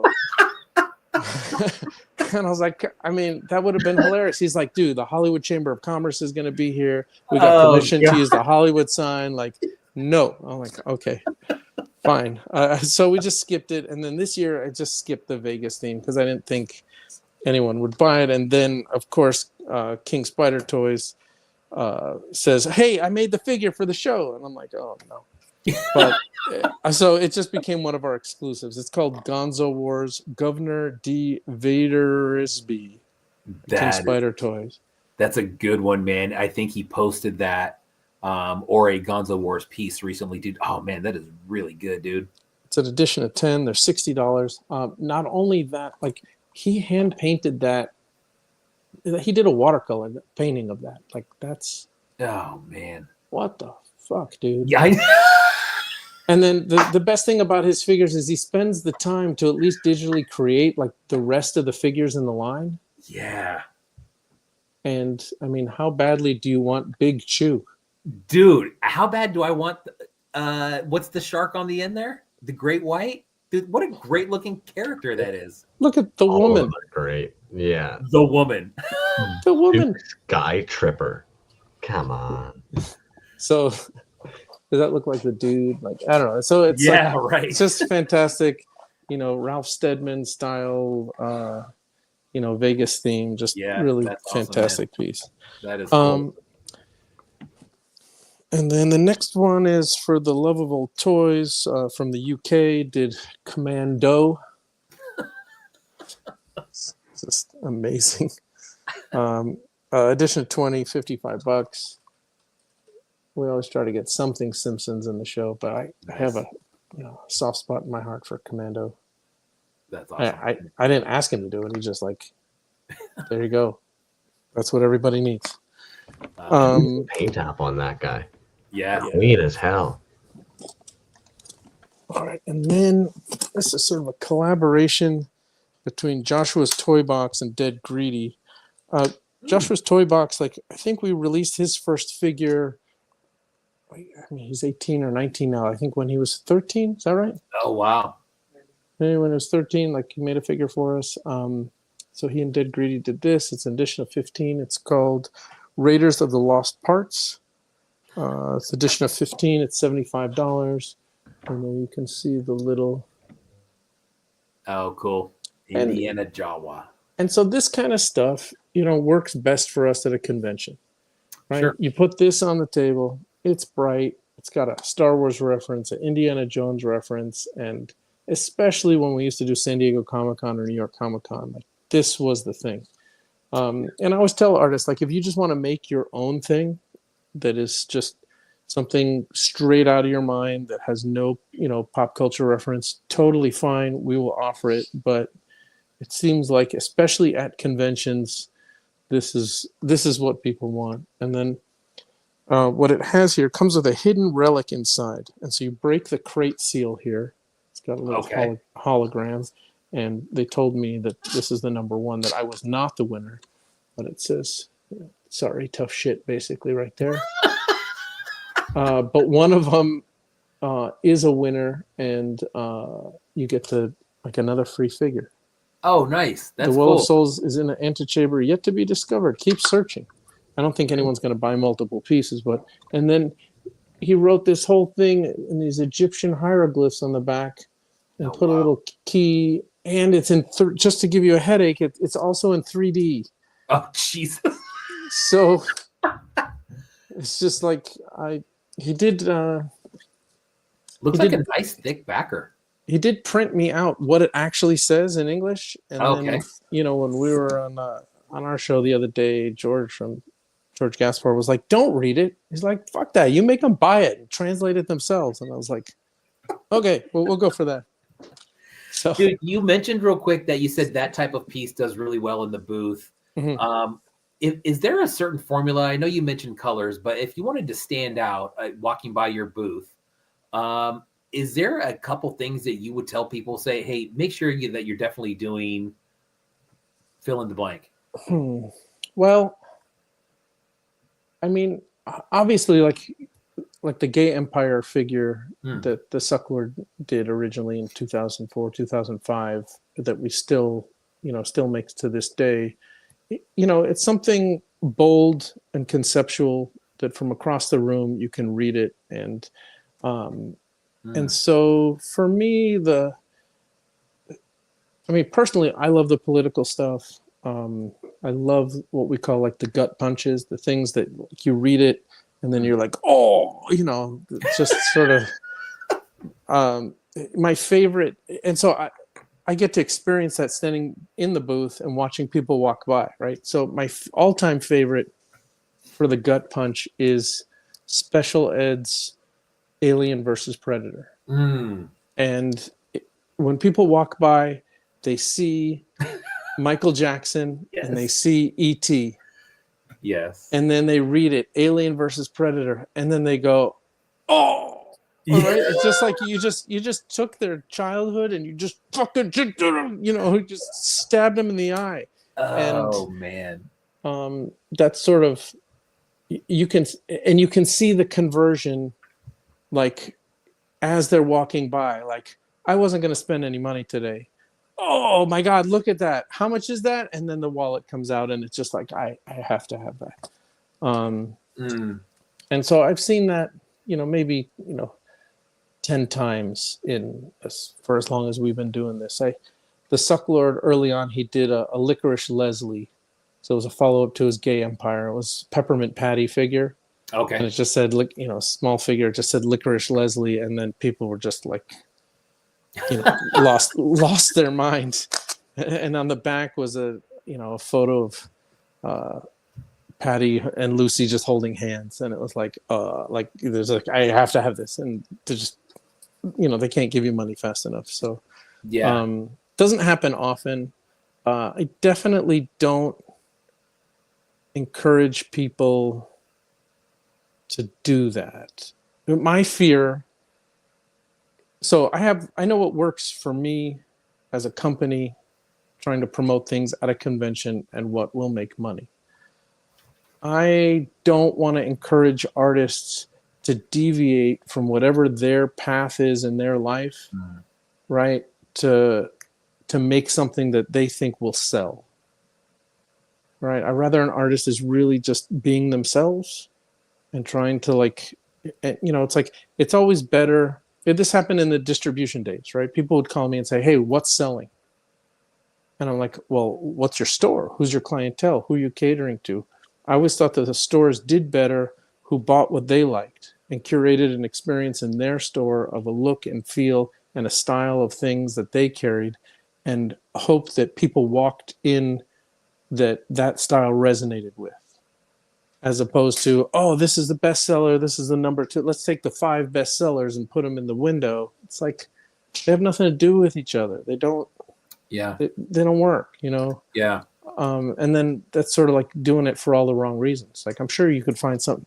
All of these artists could find something better to do with their time that would make them more money. Right. For sure, man. That's not why they're artists, right? You're an artist, hopefully, because you have to, and you'd be miserable doing anything else. So. Yeah. You know, I saw a really good interview with Rick Rubin, the music producer, at one point. And he talked about that exact same thing, man, about just making something that you like. And if other people dig it, then that's where the best material comes from, because it's just something that you like and other people will kind of vibe to that, you know? And not even giving a shit what other people like think. He said he didn't want to make something for what he thought people wanted. Exactly. He wanted to make something that he wanted to make. And like, if it was good, like people will come. Yeah. I always have issues where like super gifted, talented people say shit like that. Yeah. Because that's not everybody. So Rick Rubin could probably like piss on a stick, and then people would be like, dude, I saw God, right? Right. I think exactly. I think there's a lot to his formula there where you're like, wow, man, if you have crazy talent, then yeah. I mean, fucking A, that's a great formula. And he charges a ton of money and works with the greatest, talent, or maybe not talent, the greatest selling acts of all time, right? Sure. So I guess, there are other, Neil Gaiman wrote a book, he gave a speech to these students, and he's like, make good art. It's like, okay, that's not what everyone can do. Yeah. And there's a lot of artists. I'd say most of the artists, do other stuff. Either they're full-time artists and they dabble in action figures, or they have a job that makes them money and they do a little art on the side. And there's a few of them that are lucky enough to do art full-time and support themselves. But, it's not, I would say that's not a fun existence for most of them, because a lot of them are in the position where it's like, I need to pay my bills today. What can I create to sell something today? Yeah, dude. And then you start creating out of necessity, and that's where it gets all fucked. Sometimes, right? Sometimes for an artist, given all the time and all the money in the world, they make something and it's sort of kind of great, and they just start noodling it to death, and then they have too much time, and then their end will end up with a puddle of goo, right? And most things out there that are real genius are created in a shorter period of time, within time constraints, financial constraints. It's like, I had $1 million to make this movie, and then you sort of stopped focusing on the details. You're like, I need to get this story out, and I need to put this out. And then you watch it and you're like, oh, it's rough around the edges, but this movie's awesome, right? Or you're writing a book or a comic or video game, whatever kind of like thing you're creating, right? So artists, I think, work better when there are some self-imposed deadlines. Because otherwise it's, you can sit there sanding and polishing and making it perfect, but sometimes you end up sanding away the character. Sure. Not the the character or whatever. All right, so Edwin Salas. Ooh, good one. This is called the Mexican Pink Alien. Just I don't know if you're familiar with Edwin's work. Absolutely, dude. And that's wooden, I'm assuming. It is wooden, and it's edition of 5. And so when it's an edition of 5, that means he had to make 5 of these. Yeah. There's no molds. Hand carved, hand painted. Like, it's like each one is sculpted. Just fantastic work all the time. It is, man. And the best thing is it comes with a cat. Oh, that's cool. And dude, and he's got some really cool stuff. I mean, I've met him at Assembly Required a couple times now. And I mean, I was just going to say, dude, his prints are great. Yeah. The wooden figures are great. He's got them in all different scales. The articulation is cool. Yeah. This is a linoleum cut, and they're numbered out of 5. Fantastic piece. They're $100. He's in North Carolina. He got just a lot of work just completely toasted by the hurricane that was at a gallery. So anybody watching, go to his site, go buy a T-shirt or a print from him. Does fantastic work. Absolutely. So like we were talking before, like every once in a while, someone just, calls and says, "Hey, like I want to make something." And so this artist's name is Quayar. It looks like Kojar, Kojr, but in Turkish it's pronounced Quayar. This is called the Watcher, and this is the first figure we have from Turkey. Ooh, that's interesting, man. And That's what I was thinking. That's interesting as fuck, dude. It's laser cut wood that has been painted, and I mean it's just like nightmare fuel. Oh yeah, no shit, right? And then it's a theme about a TV that's watching you, right? Yeah. So he made 10 of them. They're $65. So it's hand painted, 2.5-inch printed resin on hand stained laser cut wood. So that's the stuff that I get excited about when someone from Poland, someone from, when there's like just a new country on the scene, maybe like 5-6 years ago when Thailand sort of exploded. There was like 5 or 6 artists in Thailand. It became a scene. Argentina is sort of a scene now. Oh, dude, yes. And so, it's like now here's someone from the Middle East. That's a first. So get very excited about new work like that. Nice. That's very cool. Okay, then from Argentina is the chosen one. That is this guy right here. Nice. So that is a 10-inch long chunk of resin there. Holy smokes. Where is the thing? It's by Dystopian. Oh, Dystopian, dude. Dystopian's website back in the day was just jam-packed. And then they kind of had a reset, and they still put stuff out. There's not as much stuff in that store, but the stuff they put out is always he had an Instagram problem. Like he lost his page for like 6 months or something, and so that sort of like disappeared. I lost track of like how to get in touch with him, and this comes with a signed print here. Oh, very cool. Numbered out of 10. Yes. Super Terrible Toys was just actually asking for the artist name of that previous piece again, the wood cutout, the Turkish. You can check it out on our Instagram. His name is Quayar, but it's spelled Kojar. And his Instagram handle has a couple like underscores in it. So if you just go to @DKE Toys and scroll through the last 10 or 12 posts, you'll find it, and you can follow him. Kojar. Okay, sweet. And I think this might be his first piece. I don't know. Oh, sweet. So the kicker about this thing is it's $125. That is What? chunky. How does that Yeah. So I love Star Wars stuff with religious iconography. I have a whole collection of people, engaging in all forms of sacrilege that are. That's awesome. What was the run on that? 10. 10. Nice. And it comes with the signed print, also numbered out of 10. Sweet. So a lot of fun. Another first time artist that we're working with is Dreams of Robots. And if you see him at a show, he makes big robots like this out of vinyl. He used to work, I think, for Super 7, and then went off on his own. And then, of course, he wanted to make something for us. And he's like, what do I do? I'm like, can you just paint your robot in Boba Fett colors? And he's like, sure, I can do that. Oh, sweet. Yeah, that's very cool. And I don't know if most people know, if you've ever tried to paint stuff or match your resin to Boba Fett colors, it's really fucking hard. It's like I've seen a lot of bad Boba Fetts in the world, but he really nailed this. It is a digital print that he hand painted. It's edition of 20. They're $65.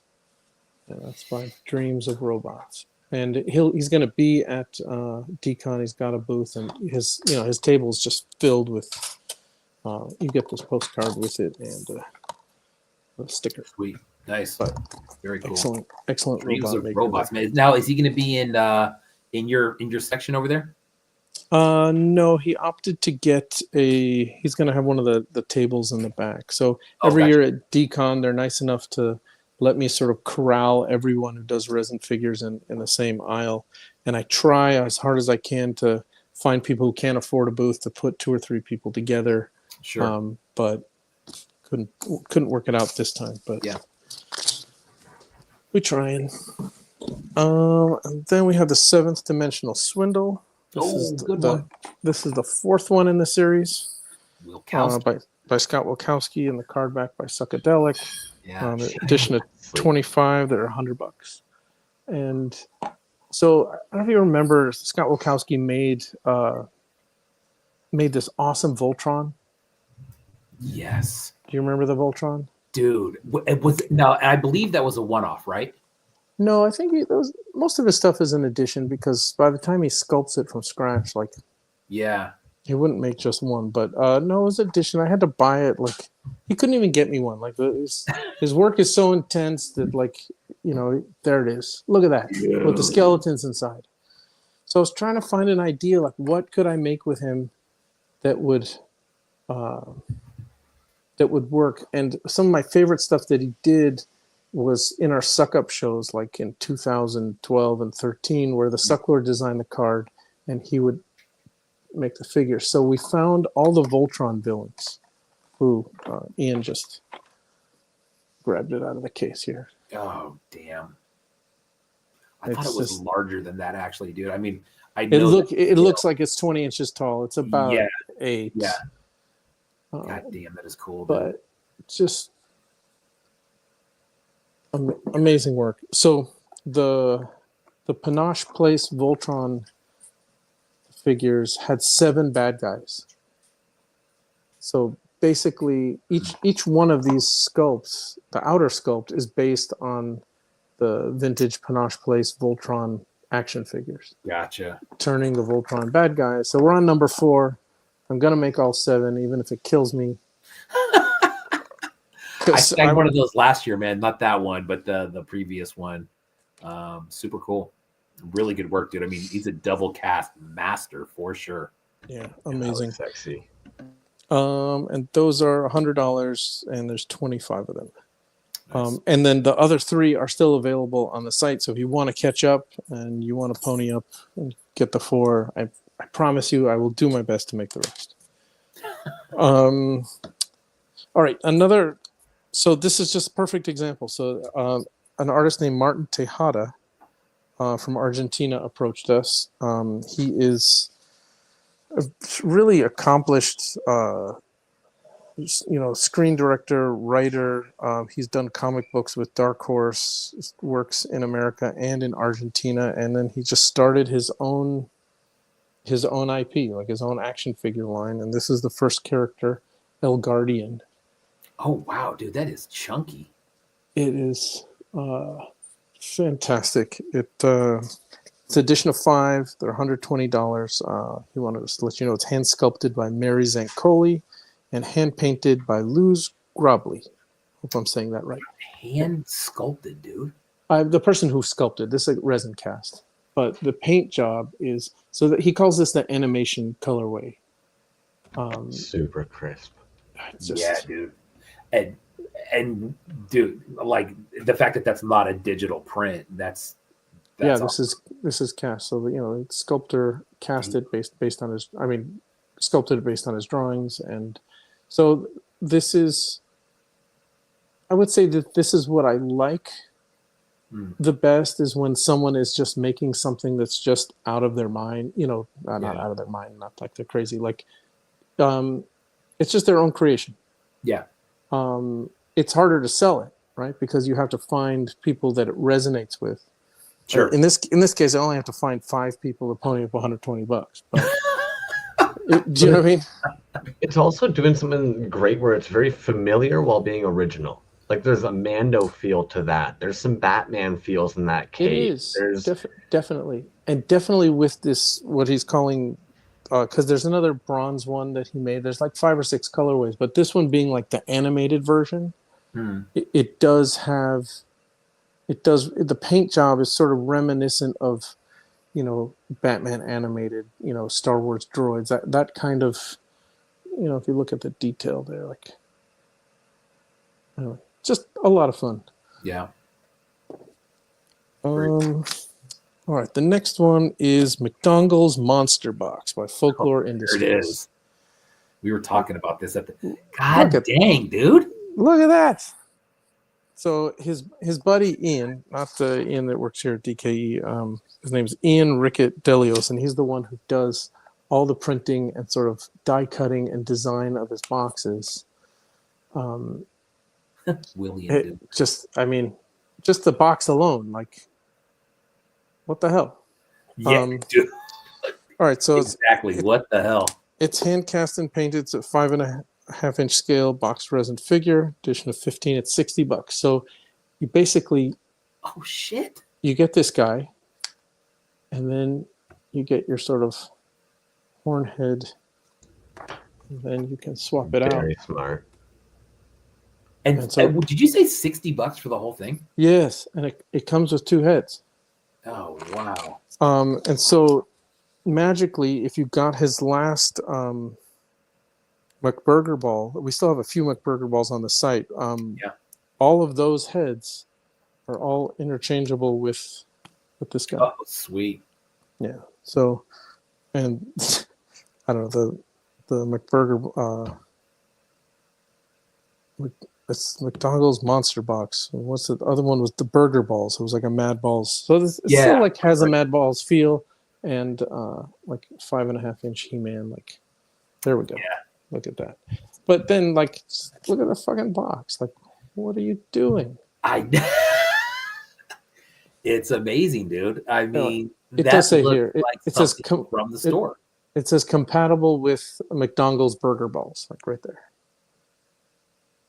It's That's Willie awesome, and man. Willie and Duber. So fantastic work there. Dude, some people with the packaging is just out of bounds, dude. It's so freaking good, you know? It's really a lot of fun. Speaking of packaging, Rut Row Toys made a piece here, and this one is called the Hyper Ranger, and has a Velcro blister here, and they're on like die cut card. Oh yeah, Dookie, man. I remember him posting this up. I mean, and that's what I'm talking about. You know, this is when someone is just, kit bashing some of it. Yeah. Other parts are just original. Great cape. Yeah. And then, of course, here's the entire story on the back. God, wow. You have to buy it to read it. Yeah. Dookie's always got really good stuff, man. 3.75. Like you said, the kit bash is really good there. And then the paint that he does too on a lot of his figures. He's got some really kind of unique backers. But always just, like you said, dude, I am a sucker for a good 3.75, whether it's a straight up boot or a kit bash. You add a cape on there. I mean, you got me, man. You know what I mean? Yeah, I do. I can see all of it behind you. Yeah. The next one is by an artist we haven't worked with before named Kevin Esslinger. Is an alien figure. And he's written a whole explanation of his alien figure. It's edition of 10. It's $50. Now, he was worked... man, I'm going to fuck this up. But because he didn't put it in the notes. But he was working on... What's this alien show? It's based on a sculpture created between 2000 and 2002, inspired by descriptions of alien encounters from early online forums. He was working on a television show. What's the one? Alien... Oh, man. See? I'll fuck it up. All right. Anyway. X-Files?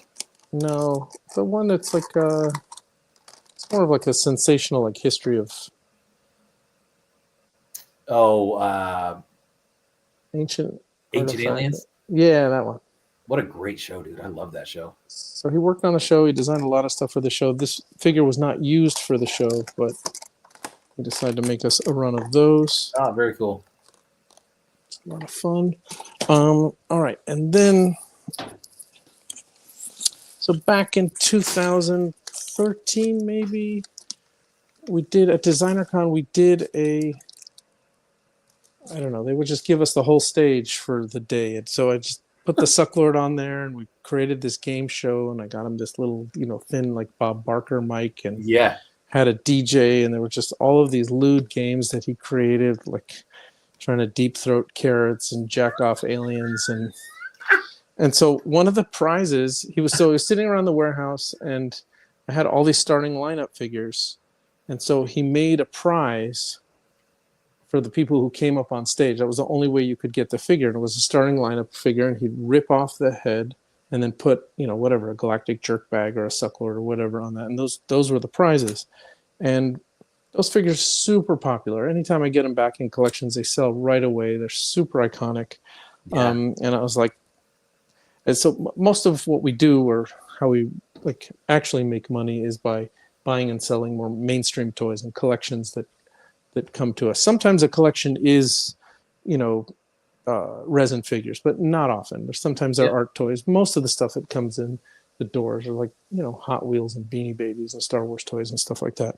Right. So starting lineups, it's hard for me to even find another dealer to pay me $1 or $2 for starting lineups. They sort of like just save them in the corner. I have so many, dude. Then they are not worth jack. But once you give them to the Sucklord, you get sharding lineup. I love his line there. All sports. No shit. Well, maybe just a little shit. Right. So I gave him 20 baseball players, which he turned into his little gay Empire baseball players. There's a Cecil Fielder. Those are great, man. I've seen a couple people kind of dance around the idea, and there might be one or two that come out, and then it just kind of stops. But I think it's always a good idea, man. And I think probably it's because I was a starting lineups collector as a kid. Sure. I mean, I love the starting lineup figures. And then so they're going to be blind bagged. They're going to be in this black bag. Shoot. Okay. So they're $50. There's 20 baseball players that have the Gay Empire helmet on them. And then 2 out of the 20 are the Chase yellow ones like that. And then I tried to make them editions, because the ones he made back in the day were just totally random. Like there was no rhyme or reason. So I wanted to make something that people could collect. So the hockey players all have the Dr. Doom head. Oh, damn. Those are great. And he painted the cowl to match the uniforms. So the hockey players are just... Oh, man. Oh, shit. Yeah, those are good. Just fantastic. Damn. Here's a Wayne Gretzky. Oh, man. Yeah, just really, sometimes I have to sort of cajole and beg to get stuff. He's like, come on, dude. He's like, well, I don't know, and I get a lot of complaints. And then I sort of advocate for, so one of my favorite Sucklord figures is Steve. And he writes a whole story about Steve. It's like the friend of yours that gets all insecure and then, doesn't do what they said, and you're better off doing it yourself. Like there's a whole, explanation of Steve, and everybody knows a Steve in their life. Yeah. And I'm like, okay, all the basketball players need to be Steve. And he's like, nobody wants Steve. I'm like, yes, everybody wants a fucking Steve, dude. And so all the basketball players are Steve. That is funny. And if nobody wants Steve, I'll just put them all on my desk and you can fuck off. I will have 20 Steves. That's what she said.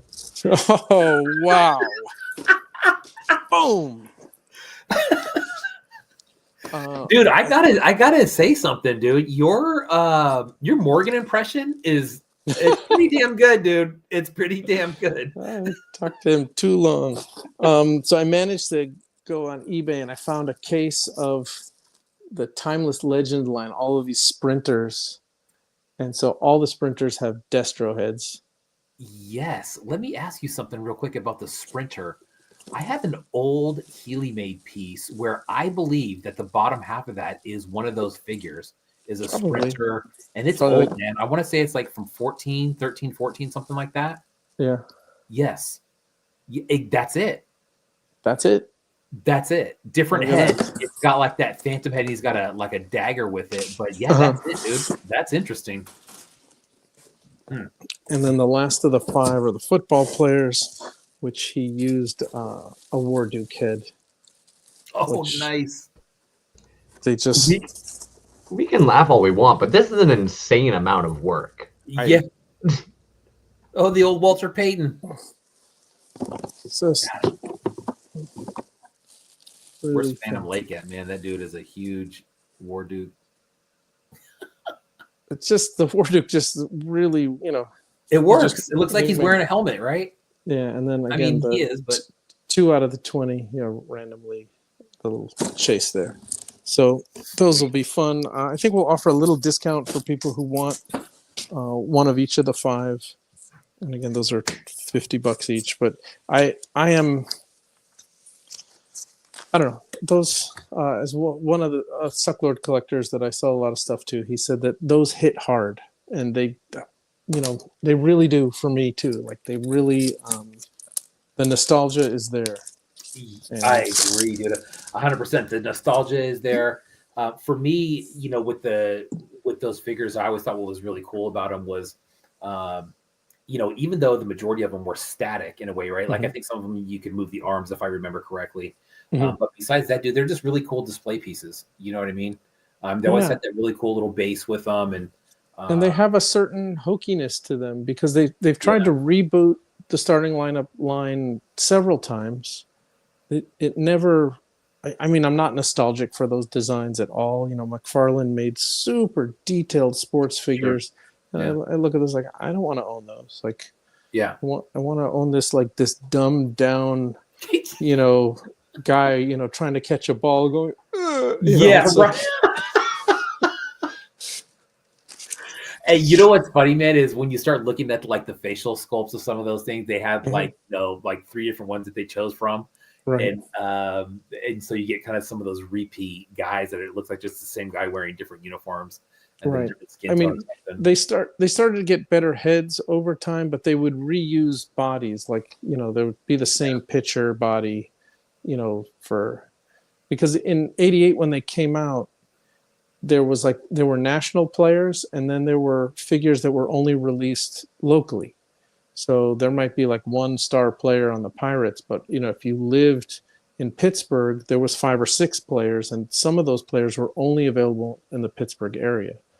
And those figures always hold their value. And when we get to basketball, the dream set is the Utah Jazz set. I mean, that's like those. I don't know. There's 4 or 5 figures. They're like $1,000 each or something crazy. Dude, those ones. So you're probably going to have Karl Malone, probably John Stockton, Thurl Bailey, Mark Eaton. Dude, that was my team, dude. I was in Utah. I lived in Utah for a year when I was a kid, and that's when I first started going to basketball camps and stuff like that. Luckily for me, I think that was '86. Luckily, you left Utah. It's straight up, dude. It was a move for my stepdad that had a job out there. But that was right around when I started getting into basketball, and luckily those guys were, you know, Stockton and Malone were rookies at that time, so they got tasked with running the basketball camp, which I went to. Nice. And it was cool, man. And that's when I really started getting into starting lineups and stuff. Unfortunately, there's no way that I would have kept those in the package at the time. But that really does explain, dude, why some of those really obscure players were just never that prevalent in the market. You know, like right. you said, So like in Los Angeles growing up, you couldn't find, you know, those scrubby players, but those are the ones that ended up being worth the most. Yeah. Interesting. So that's how it goes. Let's see. This one is by Plastic Purpose. This is the Pink Pony Club, Tina and Chariot. Oh, that's cool. Yeah, I think it's freaking gorgeous. When do you ever see a freaking Bob's Burgers cast of anybody, let alone a set like that? Right. Unfortunately, I'm too old, and the references had to be explained to me. The Bob's Burger one was obvious, but it's Bob's Burgers and Chapel Roan, Pink Pony Club. It's a sharp card, man. I like that. Yeah, they always make fun stuff. And they love their animation. I think the last figures were like, they do a lot of King of the Hill and that Bobby holding the purse, the one that we had, that was them. That was a fire piece, man. Wasn't it? Just unbelievable. Fuck, that was stupid. All right, so the next thing is just don't know how to. Well, I'll just say it. This is the title. Ready? It's called Sweaters Keep Us Warm Against the Cold Indifference of the Universe. So this is by Yoyodyne and Tim McDonald. And so on the back of each card is a quote by Werner Herzog. And on the front is an original piece of art that Tim McDonald drew or painted, colored. And then Yoyodyne made the figure with an original flocked sweater. I do that. Sorry. That's a lot, man. I've been following that online, and it's a cool story. So I can't do the Werner Herzog German, but this one's called "We Wanted to Know If Life Had Come from Outer Space," and then that is a flocked sweater with an alien on it, along with an original piece of art. Have you ever worked with flocking before? Yeah, I'm looking at that, thinking to myself, that looks like one of the most annoying pieces to make ever. Dude, flocked that sucks. Yes, the pyramids have been built, but if you gave me 300,000 disciplined men and give me 30 years, I could build a bigger one. It's too bad that I don't, I'm not even going to attempt my German accent because it's just going to sound racist. Remember the Pawnee doll, head factory. What the? Look, there's a factory on his fucking sweater. Yeah, I was going to say the uniqueness to each sweater is fucking sublime, man. That just elevates it one more. I don't know Jim Henson, and I don't know the Muppets. Look at a Werner Herzog puppet on Jim Henson's hand. Whatever. Anyway, there's 10 of these. They're $75 each. For a hand painted backer, $75. But you also get an original flocked sweater.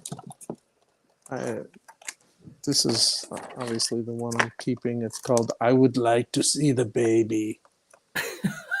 Sorry, I did a German accent. I see planets that don't exist and landscapes that have only been dreamed. I love that one, dude. That's very cool. Oh. Anyway, dude, and like you said, we were talking earlier about not getting your money back as an artist for what it is. I see something like that, and you say it's $75, and then I underline that statement and highlight it, exclamation point. There's not only that, like the head sculpt was by Funky McClunky, and then so you got someone someone had to sculpt it, someone had to cast the figures, Tim had to paint it, Yoyodyne had to flock a sweater. Whatever. I don't know. They seem greedy to me. That's nuts, man. Yes, indeed. So the kind of thing that we end up producing in-house is when we try to find artists who would never make an action figure, and try and make action figures with them, like Ron English, Frank Kozik, people like that. So lately, if you remember those compulsion figures we did with Alex Gross, this is a new line here. Just gorgeous, man. Saw those on your page earlier. Let's look at the Keaton there with his little cupcake. And what's good about this is we can print a bunch of these cards. You can sign them, and if these do well, I can do an Adam West eating a donut. Oh man, that's good. And there's like Eartha Kitt, like eating a Kit Kat, right there. I mean, it's a fantastic painting, and the figures that we make in house just don't quite do the painting justice. But sure. The Star Wars ones were a lot of fun. Darth Vader eating a cookie and Princess Leia with a big gulp. It's edition of 50. Those are $100. And then I'm gonna be right back. I'm gonna go grab something. Yeah, you got it. There's been some bangers in there. Oh, dude. I was just about to say that, dude. There's some really cool stuff. And you know what's interesting too, dude, is like the pricing. Yeah. And, actually, I've been seeing that more and more. I do think a lot of folks, especially in the art scene right now, they're actually bringing prices below where they should be. And I think a big part of that is that they're just seeing, let's be real, man. Art makes a lot of people happy. A lot of people, when they're feeling low, when they get a piece, it can really change their mood. And I think a lot of the artists in our scene understand that, and they're taking the hits to bring joy. Like, I think they're kind of aware of that. I think a lot of the pricing has not matched the inflation of everything else in the freaking universe right now. I mean, my argument is that, first of all, art is generally expensive. And these action figures still at $50, $75, and $100 are expensive for an action figure. But not for art. Not for art, man. This is the most... like, this, I don't want to give investing advice and tell people like, hey, this is what to buy, because I don't know if that's true, but like, you can buy something that someone handmade, put all of this thought and care, like flocked a factory on a sweater for $75. Like, some of the most affordable art you will ever see in your life. 110%, man. Hands down. And a lot of these artists, for what they get paid when they do other stuff, like, they get paid, you know. So the next thing is Carlos Ramirez, right? Fantastic artist, great art career, painter. So I don't know if you remember these beer can R2D2s we did. And then later after that, we did these C3PO oil cans. And then we did these larger coffee cans. We made R5D4. And so in this collection that, you know, this ex-wife called me, like, come to this guy's house. I mean, it was like a garage full of like Lego box. I would just keep finding stuff like Nintendo games, D&D books, like, and then in one showcase there were probably 100 typewriter ribbon cans. And I was like, I know an artist for this. Usually I have to go on eBay and I got to source this stuff, right? Like you know, finding old rusty beer cans was actually, I eventually stumbled on one guy, and he was happy to sell me all of his rusty cans. I'm like, the rustier the better, because they're, you know, condition sensitive. Yeah. So that was good. But in finding like the coffee cans, that was rough, because no one had 100 coffee cans. I need like 40, right? But you'd find one and they're $10, and it's $10 shipping, and it's like, I can't do that. You know, it's like, it's $20 just for the can. I still have to pay the artist to do the work. Like, but so the beauty of this is just, I went to this house and there was 100 of these typewriter ribbon cans, and so I sent them to Carlos, and they are called 420 Stash Droid, and these will also be. There we go. These will signed by him. And they will be blind bagged.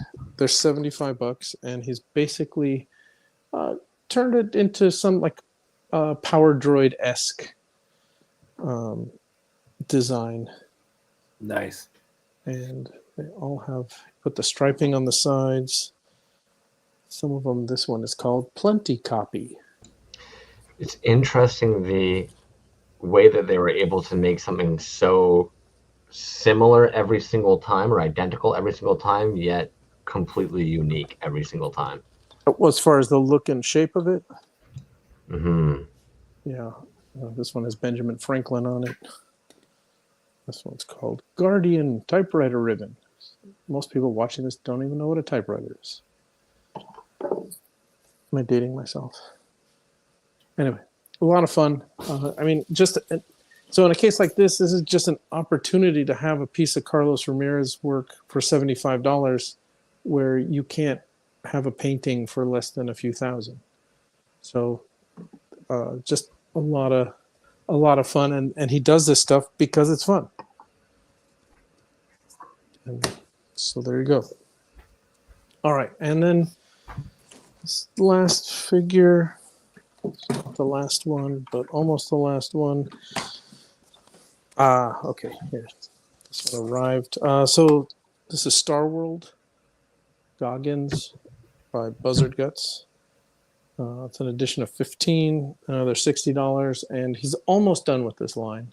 And Star World was a rip-off Star Wars vinyl case that came out in the late 70s. And he has made action figures for all of the characters that were pictured on there, including I Ate One Before You, and OU812 and Bounty Funter, and anyway, a lot of fun shit. Nice. And all have original paintings by Neil Devlin, Last Boss Comics. And then, embarrassingly enough, that this kind of stuff happens from time to time is Rika made a figure, which is not here yet because he's in the UK, but he made a Dove Trooper. Oh man. And I just, they always ask me, like, hey, can I make a figure of you? And I always say yes. And then some people buy it, and then I think it's weird. The gray is next level. Sorry. The gray, right? Jesus. Yeah, not a white outfit, gray outfit. There you go. Which also, The other I'm day- so sorry, this could be a creepy one. Dove, is your wedding ring white gold to basically look almost silver, aka grayish? No, it is almost white gold. I mean, it's platinum, but yeah, it has the same look. Yes. Dude, the other day I saw you like on, and you were wearing a gray shirt with Yeah. a gray sweatshirt, and then Yeah. rocking the gray beard. I'm like, look at this dude. What a G. Gray on gray on gray. I just I don't like to spend a lot of time on clothing, and there's probably so I went to school as a kid with just a lot of fortunately or unfortunately, where I went to school and in elementary school and in high school, I was always surrounded by really rich kids. And I got sent to school with hand-me-down corduroys. Like, probably, like, if I wore those today, people would be like, dude, like, that's thrift store chic. That's dope, right? We'll give you $1,200 for those. Right. So this was like the 80s, and the kids had, like, the Guess jeans with the tears on purpose. Madonna was popular, and, that. And, like, I came to school, was like, who's this kid with the Argyle socks? And it's like, I remember this one girl had to tell me, she's like, I was cold, so I put on this vest, and I was on top of plaid, and she just came over and she said, take that off. Like, she's like, you can't wear those two things together. And I didn't know if I should be embarrassed or say thank you, so I just took it off. Like, she's like, don't do that.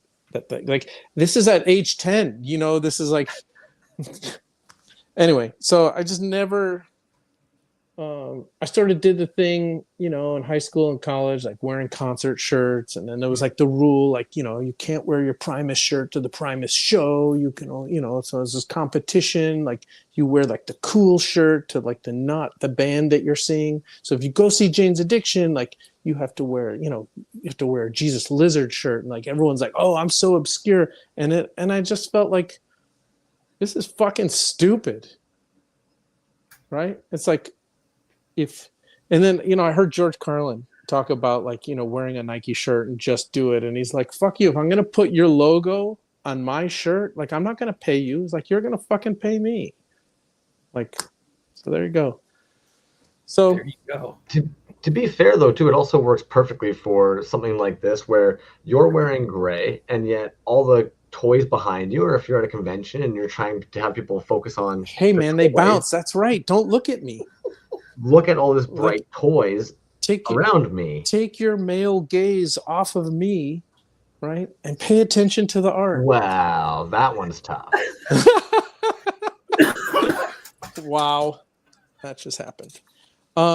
Okay, so the last look thing... at me, I'm so obscure. I'm still laughing over that. Right. I don't know. And it just became easier. And then, as I became a distributor, just easy to call up a shirt distributor. It's like, I'll take 24 of that. Right? Do you see? So you wake up in the morning, you have to spend no time deciding what to wear. Oh man. It's just like Albert Einstein, dude. It's like, just wore the same thing every day. Albert Einstein or B movie, black, yellow, black, yellow, black, yellow, black, yellow. There you go. Right. So, and then it got more difficult once I wanted to start wearing clothing that was sweatshop free. And then that's where it got difficult because you can't, if you just wander by a store and you're like, I like this t-shirt, but it's, made by 14-year-olds in Malaysia, then it's like you can't pick and choose. But if, and I've done pretty well, like an American Apparel shirt, even 10 years ago, was like $16, right? Yeah. Now they're, I think, $20. The wholesale price, if I bought 24 shirts, was $4. Right? Well, So, really, I found a union shop that makes socks. I don't know. So most of my clothes have been able to get like sweatshop free, but I still keep my Levi's because those are made by slaves, unfortunately. dude, but the fact that you buy your clothes in bulk for the not all of them, quality but discount the shirts I could get away with. Amazing. Yeah, well, Big brain energy. there was a time in my life where that really made sense, and I really needed to do that. And now I'm older. I'm in my 50s. I don't need to do that, but it's simpler. And then people come to expect it. Like, what if I showed up wearing a red shirt? You'd be like, what? And then people would talk about it more. Like, well, how much time are we wasting talking about Dove's wardrobe right now? If you showed up in a red shirt, I'd say, what'd you do with Dove? Where's he at? Right. You'll know that someone came and abducted me and just... Yeah. And my kids are like, look at me and like, they're just wearing crazy shit all the time. And my wife is just like glasses and, like, and Dove's just like, maybe it's just because I feel dead inside. It could be a reflection of your soul. That's true. Right. Yes. The gray shirt story, man. We got it. I mean, I'm sure it even goes, I could go into more detail, but it just,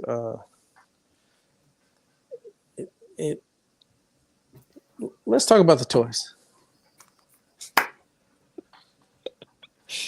We'll have next time we if can. You pull up a toy wearing a gray shirt right now, I'm gonna shit. No, I'm not. Not except for this one. Yeah. But next time we can have part 2, like gray shirt theory part 2. So I'll have to do that another time. All right. So the last thing I'm going to show you is DLL. Derek Loglog has made like a sort of like a mini art show. There's one piece that is sort of like the exclusive for the show, and it's hard for me to show you because it's in so many monster pieces. Right. That looking at the photos online. So this one is called The Light in the Dark. It's hand cast resin. It's about 13 by 10. It's comprised of 5 separate pieces with a print of the artist statement. It's $300. So it has this guy in the front plus this. How the fuck does he pull this out of a mold? Like, this is insane. Holy shit. And then like the 2 gargoyles. Oh, then there's this little piece there. The way they've pigmented it and had just everything just sit like the gargoyles, for fuck's sakes. I was looking at that earlier, just trying to think of all the different pores and how they would have layered things, how they would have maybe like just stupid. And he makes crazy molds where he dusts them with metallic, and all of these are other toys. Like this might be a Lord of the Rings, castle, and this looks like a gargoyle from Gargoyles. Like, it's sort of like a game to figure out how he's taken And the size. something that exists and then turned it into something totally different. And I'm sorry that this is not doing it justice. I'm going to post another video, hopefully tomorrow, with close-ups of everything. So he made that for us, and then he just sent us just a ton of other pieces for this little mini art show. And they're It's just an art show. Okay. like this is like, I don't know what this is. This is like a Star Wars ship or something. He would, if he was here, he could tell you. It's like, oh, that's this. It's like, Yeah. That's definitely like a Lord of the Rings. I have one of those, dude. Those are Something. freaking awesome. Yeah. But it's not Lord of the Rings anymore. He's sort of like just co-opted it to the point where it is no longer God dang, dude. and the fact that he pulls, and these are all, some of them This one says 1 of 1. Oh, that's beautiful. Holy and shit. This one he's taken TIE Fighter wings and turned it into TIE Fighter wings and turned them into like the wings of this character here. You know what's crazy about him, dude, is the scale of his stuff and how cheap it is. It's amazing. Oh, Super talented. Inexpensive. That's what I meant. But look, I mean, if you watch his videos and you watch him pulling the stuff out of the mold, I mean, it's just like ripping molds. It's just like these pieces are huge. And could you imagine a collab with Zymet Co. and DLL? Oh my god, dude. That would be insane. You know what, man? He's going to be there, correct, Dove? Yes, he will be I'm there. looking forward to meeting that dude, man. I've been buying that dude's stuff for a while. And I think he's just a super interesting guy, man. Always super, super nice, dude. I just talked to him yesterday, as a matter of fact. I love how, you know, he makes these multiple piece, like they're almost like installations. I can't even show it to you in this format. Like, right? It just I could picture that at my grandmother's house. Yes, sometimes. Yeah. Like he's taken toys and he's sort of like abstracted them to the point where if you look really closely, you can find the part, but it's just become this other piece of, I don't know, it's a grandmother's house. It's like yes, completely. Wow.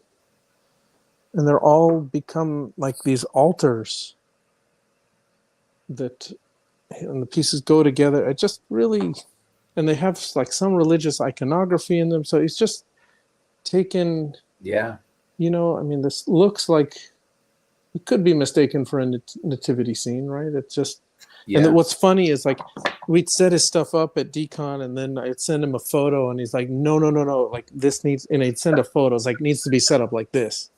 It's like, wow, dude.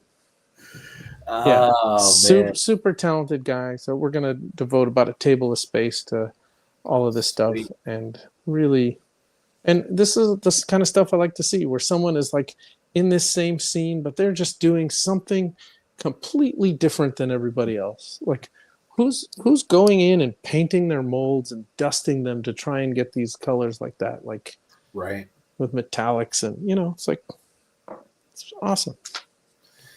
It is, man, and it's it's got his stuff to me. It has a very you know, it's got a certain vibe to it, definitely. Mm-hmm. Then you kind of start doing some research on him, you know, as a person and where's, you know, some of this stuff comes from, and it's interesting, dude. I love it. They're like Crumb said, dude. Him and Zimico with the scale of their stuff, a collab there would be insane. But they're just huge resin pieces, dude. They're beautiful, man. All of them. Yeah, that's cool. To have a show there. And the people who come up to the booth who would never buy an action figure, right? Action figure seems like childish and beneath them. And then they look at something like this and they plunk down a couple $100, and then, you know, it's like, do we tell them that it's made up of action figures? It's like, no. Just let them let them live in their little anti-action figure world, you know. Yeah. I think that's, you know, I was going to ask you earlier when, you know, we were talking about it being collectible as, you know, it depends on what you call it, right? Like, is it, and then somebody had made a comment in there, you know, part of you have to explain to somebody what's going on. And sometimes I think you have to explain so much, dude, that by the end, you know, like when someone tells you a joke and they have to explain the shit out of it. And by the end, you're not interested anymore. I've sort of whittled the explanation down to, you know, it's like a couple sentences. It's like, there's a group of artists whose medium of expression is action figure. And then they get like a weird look. It's like, this is how they choose to express themselves. Like they, you know, they could paint, they could, you know, do this, they could do that. Like, it's action figure. Looks like a toy. It's not. It's an original piece of art. This is made by hand. And then they look closely and they're like, whoa, holy shit. Right? So that's hand sculpted. That's hand painted. They designed this. This is this person's own world. You know, and then the second question is like, how do you not get sued? And that starts a whole nother conversation about transformative art. And like, you know, so it's it's a conversation that I have, dozens of times at any convention. Janky's usually there, and he's really good at it and has it, can really, just like boom, boom, boom. And I think people walk away at least with an understanding that this is a scene. It might not be for them. They might not buy anything, but there is some acknowledgement, right, that this is an art form. And, I think that's what it's all about. I mean, that's what you guys do every week, right? It's like you're just devoting the show to, like, just the nuances of this art form, and these people who are just doing this great work. Yeah, it's and there's so many different forms of it, right, man? Like, you can just say it's art toys or toy art in general, and that's a very large umbrella, and that could be a whole different conversation, because I've talked to other artists who like that, and then other ones who absolutely hate it. You know what I mean? Right. And there's good reasons on both sides for that, I think. But you're right. It's art. It's art in a different form. I truly believe that, dude. I am 100% on board with, hey, what's the difference between this and a painting that hangs on the wall? Well, number one, the way that you're describing it. What is that? It's art. It's something that somebody handmade. I see everything behind you. I mean, you're an art collector. Absolutely. Right. I mean, it's a different medium. Different medium. Hashtag action figures are the medium, dude. We need to start that. I've been thinking. Nice. God. So DKE Con starts tomorrow at noon, correct? All these pieces go live? Everything goes live. DKtoys.com at noon Pacific. 11:30 we start on Zoom, and we will last probably for 4 or 5 hours with people checking in. And this is something that started during pandemic, when we'd set up the booth here and just, we would just mimic the show hours that didn't exist. We do San Diego Con, we do Wednesday night from 5 to 9, and then I'd sit in this chair until my ass hurt, like Friday, Saturday, Sunday, whatever. So right now the live show it'll be about 4.5, 5 hours, and all the artists will check in, and it's just a great opportunity for the fans to, like, ask questions and say, hey, can I see this? And, we'll pull stuff out, and then they can even ask the artist questions. And I think Janky said it best, is like, he always tells me, like, the 2 or 3 things that he wants. And he said there's never been a live show that he hasn't come away wanting another few pieces, because he heard the story or the backstory, the context in which something was made, and then just sort of, it's like, oh my God, like, how can I not own this in my collection? That kind of stuff. So exactly, dude. And there's so many different angles on it. Where you can buy for so many different reasons, man. You mentioned a couple of them tonight already. Nostalgia was one of them. Sure. The story on how it was made, where it was made in Turkey, an edition of one, maybe their first piece, maybe it's a one of one. Right. All those different factors, man, that can make you want to buy these things. What I was going to say earlier is you can put this big umbrella under this scene, but then you can start really fine tuning it and break it down into non-removable carded 6x9s, or sure. Loose static figures, loose magnetic articulated figures. And people are just starting to do that. I mean, like, Miles's show was sort of open-ended, but you see a lot of these just amazing online shows that people are doing. Yeah. That wrestling show, and everyone doing those videos, and the G.I. Joe, like, it that just was great. It's just that shit was so much fun. And so there's no shortage of creative people out there, and people just trying to put these projects together. And like we talked about, like, artists giving people parameters. I often think about that one, that comic book contest that was like 10 or 20 years ago. It was called like the 24-hour comic. Okay. And basically they got, like, it's like, okay, go, you have 24 hours. And then they printed them all. And some people, like, couldn't get it all done. Like, and you just had 24 hours to write, draw, and come up with something that was going to be shown to everyone. And you'll see this everything that we're doing, it seems like, oh, we've been doing it a long time. It's like, oh, I've been collecting for years. Like, we've been doing this forever. Like, this is the infancy. This is just like, this is the very beginning. all these other art forms have been around, for decades or hundreds of years. They've all had their pop culture renaissance. You can sort of pinpoint where it's happening. And it was Frank Kozik who said, like, this is the time for 3D pop art, right? This is what started with Kid Robot and designer toys, and viewing this object as art instead of a 2D piece. And then this is even a sub. So you're talking about like limitations. Like this is a subset of that. Right. And then you're talking about subsets within the subset. So it's like a niche of a niche of a niche of a niche. And it just gets sort of, and it's just for the people who know and who are involved. And you see what it's like when someone just discovers the medium and they just start watching every show and they just start buying stuff. And it's like, they sort of like found God, Agree, man. 100% agree, dude. And I couldn't agree more with what you're saying about how it's kind of in its infancy, because as time goes on, we're seeing stuff that's better and better and better, and then collabs that are going on. And it's just, it's been around for a little while now, but I think over the general timeline, we'll look back on this and go like, man, there was, it's going to be weird, dude, to look back on it and say, man, all these guys were making art at the same time when you just name, people that we've been talking about tonight, honestly. Sure. And you say, wow, I can't believe that those dudes were all around at the same time. It's just, I don't know. It'll be like that one day, man, because it's not going to go away, You have to just think like the Suck Lord and Healy and, Killer Bootlegs. Is this going to be like, Warhol and Basquiat? Like, are we going to talk about these guys like, as, founders of a movement, and then all of the other people that came after who sometimes like did work that was even cooler than theirs? You know what I mean? It's like, they'll get the credit for like, sort of like starting it.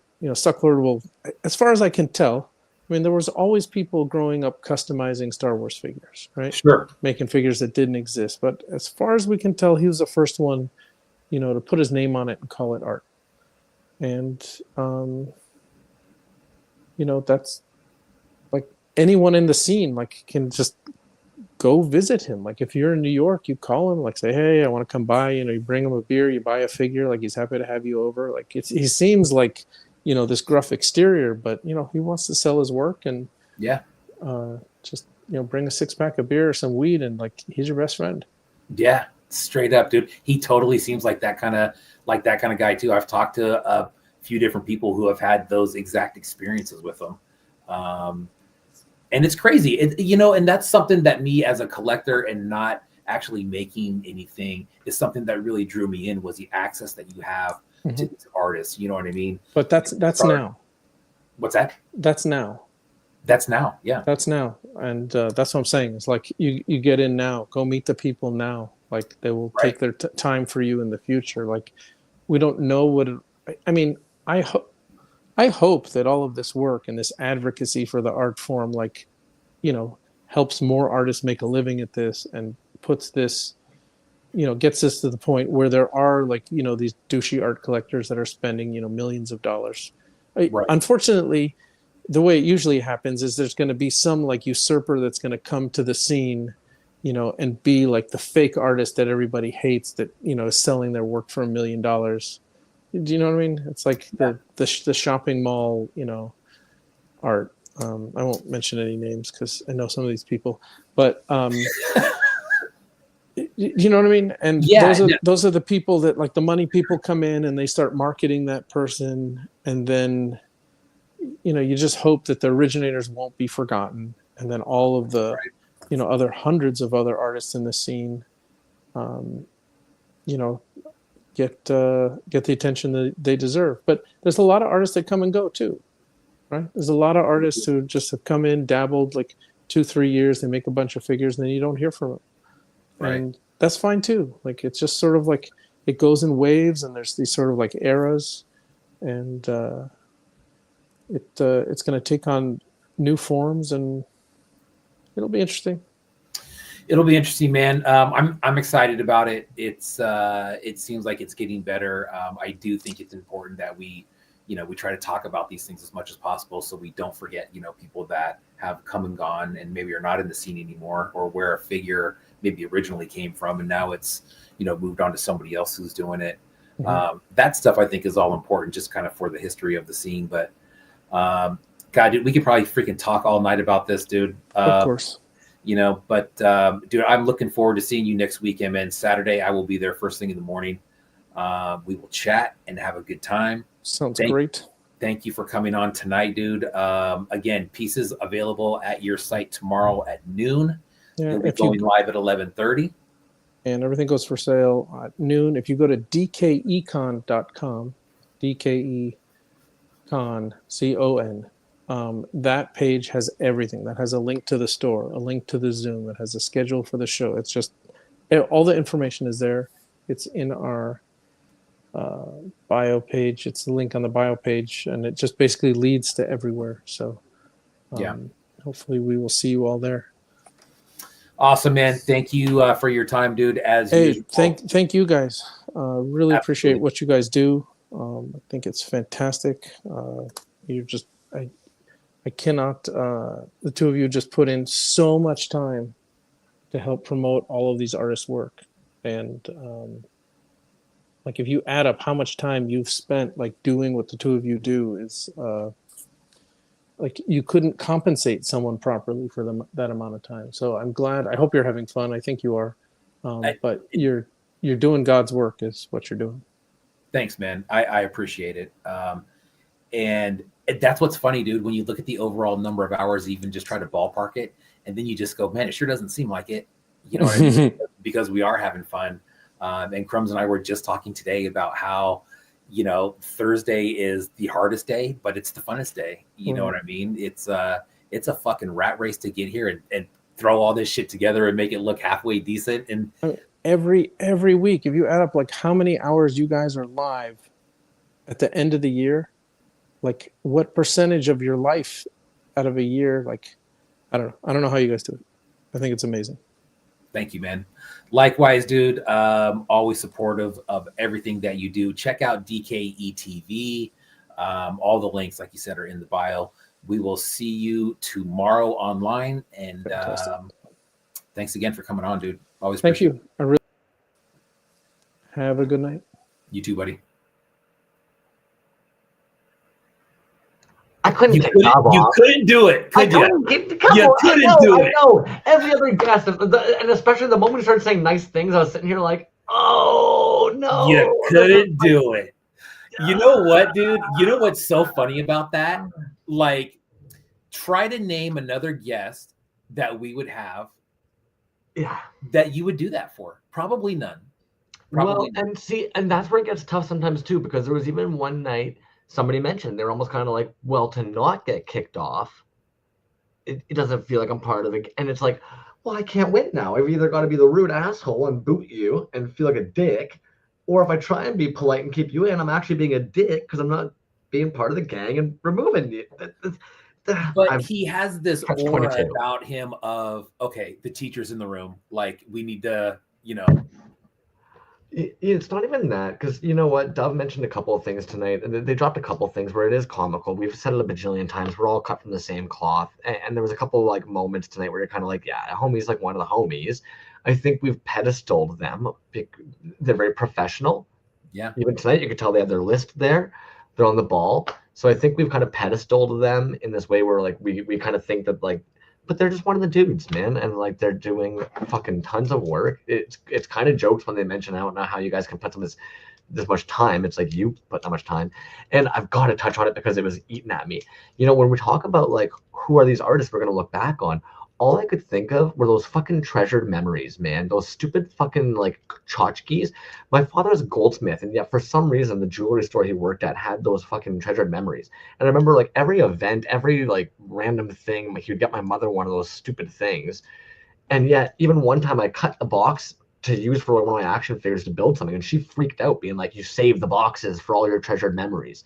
And it's like, yeah, you're gonna tell me that dudes making action figures who wanted to make action figures didn't at some point wonder how all these tchotchke makers were using wax or sculpts or to get the hair perfect, and they must have been looking at these things too, being like, holy shit, the fingers, the lips, the eyes. And it's like, at what point do we really create that separation between the toy of a sculpt versus even what's trippy to me is the amount of artists in our scene who would actually say, I don't make toys.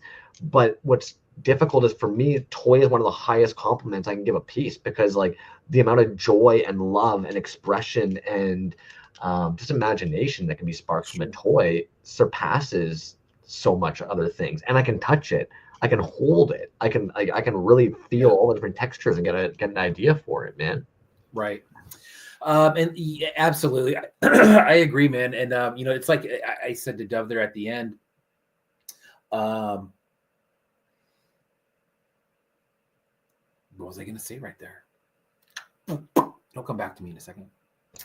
That there's so many. God, and we could probably do a show on this, and maybe we should at some point, dude, because I've talked to a bunch of artists directly. I'm sure you have too, dude. And it's always, it's honestly a sore spot for a lot of artists when you take that umbrella and you put so many different, what we would call different disciplines, right? Like under that same umbrella. Some guys love it, some guys absolutely hate it, dude. And it's but the way that we see it, we can, I mean, there's so many of it out there. There's no way that we can even cover it all. There's no way. Well, personally, all of it. We talk about all of it, and it's just, you have to really know what's going on to get in there and really break it down and start separating these things. You know, when we talk about the 5 W's and how, it's never because I want to try and be able to put this thing on a value scale of how difficult it must have been, and therefore how important it must be in the scene based on whether it's 3D printed, was it sculpted, was it. It's generally more because I'm intrigued. I'm incredibly intrigued on what the hell I'm looking at, and I really probably wouldn't have any other idea. And there are so many different disciplines, and so many of you are so like multi-talented that we're kind of wondering, because it's like, yeah, there's 1,000 ways you could have done this. And I'm just super intrigued how the heck you did it this way. And then it allows for other conversations down the line when we're looking at stuff and we're like, that's flocked. Now we're going, holy shit, you flocked all those sweaters? Well, what if we never asked anybody about how difficult it is to flock, or what goes into flocking, or. Right. Exactly, dude. Because the non-buyer or the non-follower walks by and goes, oh, that's cool, he's got a fuzzy little vest.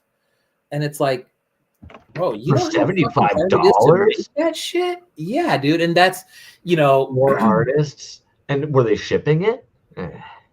Yeah, dude. There's so, then that's what we were kind of getting at, is that there's so much involved in it. You definitely don't want to lose the magic by trying to over explain it to somebody. What I really hope is that as we pass through and as we get the word out there more, and it starts to become more of a quote unquote normal thing for people to see it as art. I think that's the main goal, is to get people to see it as something different than what the non-collector or non-follower would see, you know. And it's and that is how he talked about, you know, people doing it full time. And like, that's their thing that they do. Sir Collect a lot, dude. Talked about some of the pains actually of that process, and doing it full time. And, you know, Dove talked about, you know, sometimes your best work comes under the gun. I know that works for some people. I know for other people that will fail 100% of the time with a deadline. And that's just the way it is, man. It's, which is also cool about the scene, right? Because unless you're in a show or you're trying to get something done right away, there is no timeline. At the same time, with no timeline, you know, while that production is going on, you're not making money, dude. You're putting hours into that piece, no matter what medium you're talking about, that you're probably not going to get back in the end.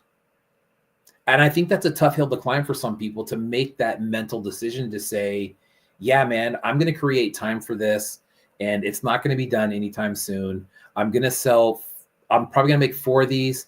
2 of them are going to sell. They're probably going to be $30 to $40 a piece. And then I'm going to start over. But for some, like, because I think I can kind of relate to this. For some, it's not even really a choice.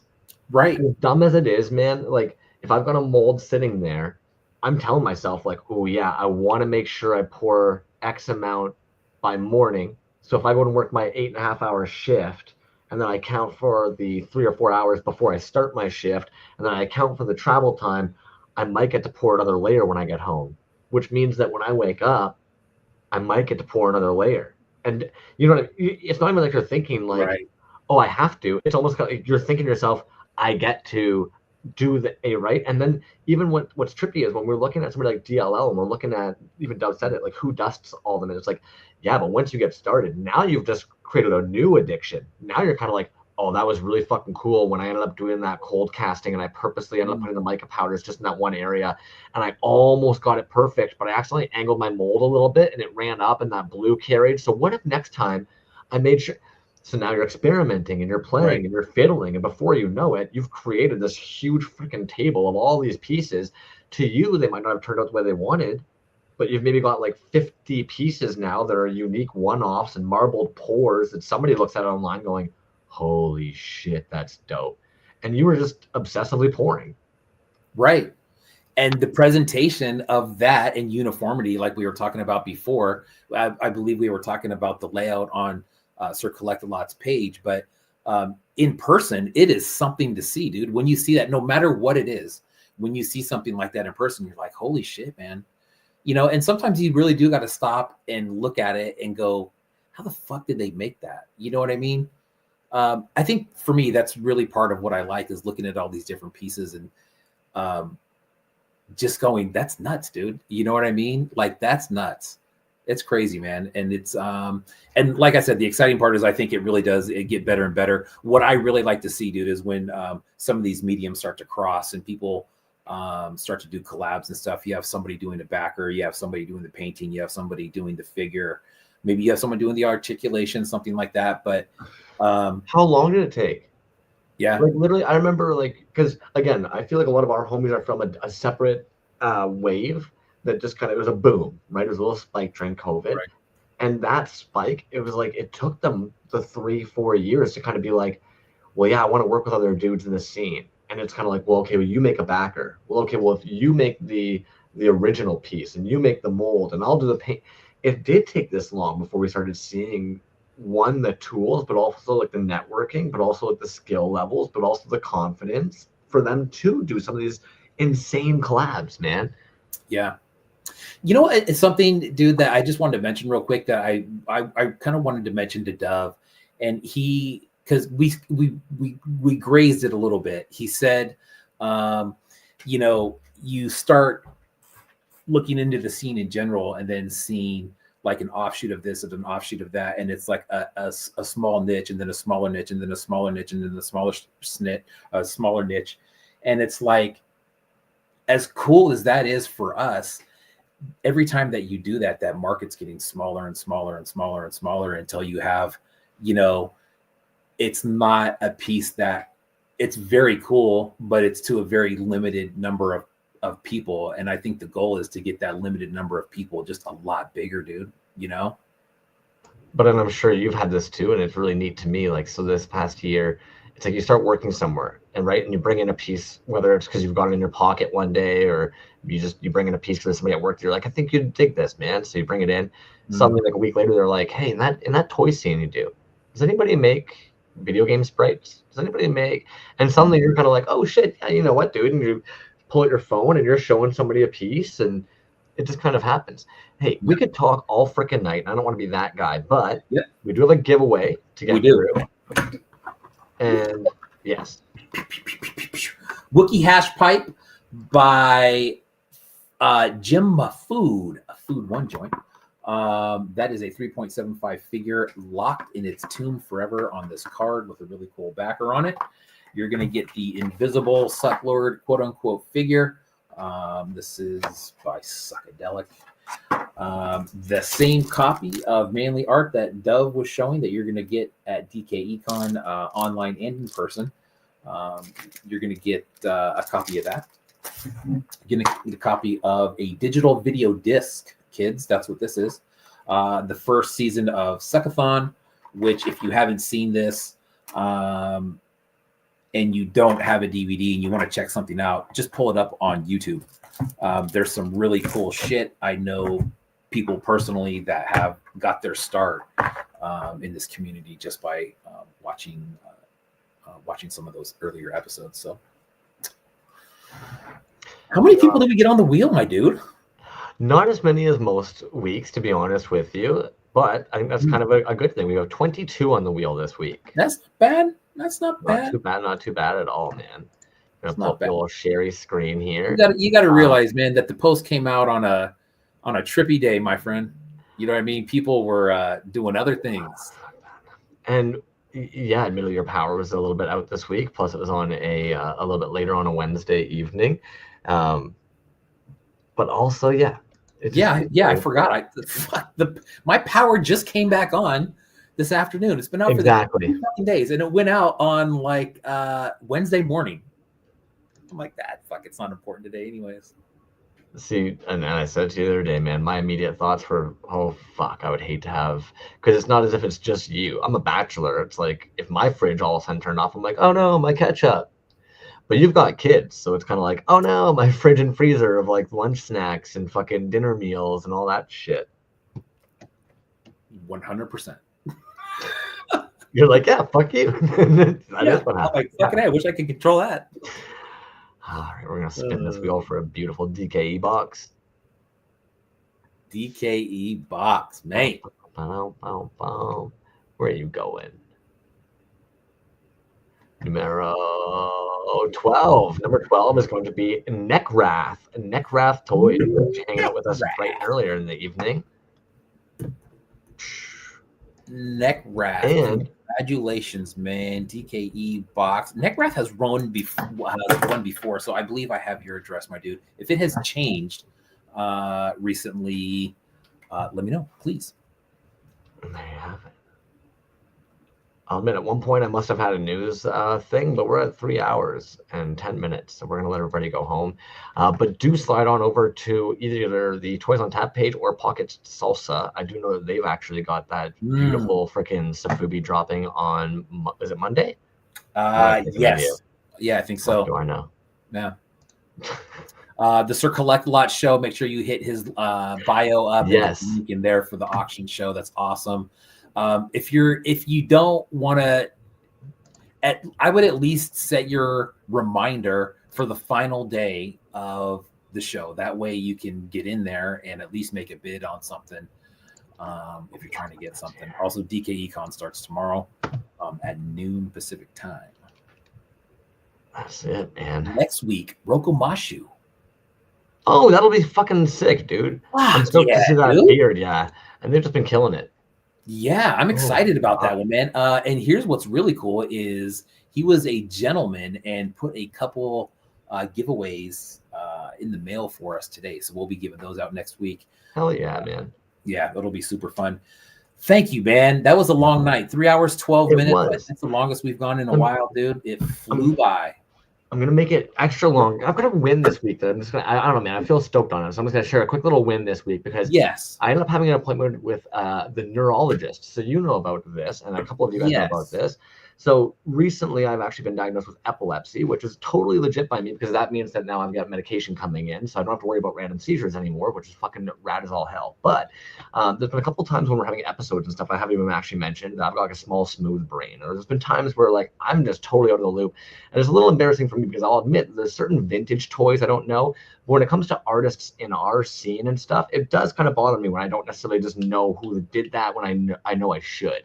But part of this has been I did get confirmation that admittedly part of my memory center on the left side of my brain is actually smaller than average. And that's kind of normal for people who have had some seizures and stuff like that. Plus I've had like 6 concussions and it should actually return back to normal as I don't have any more seizures.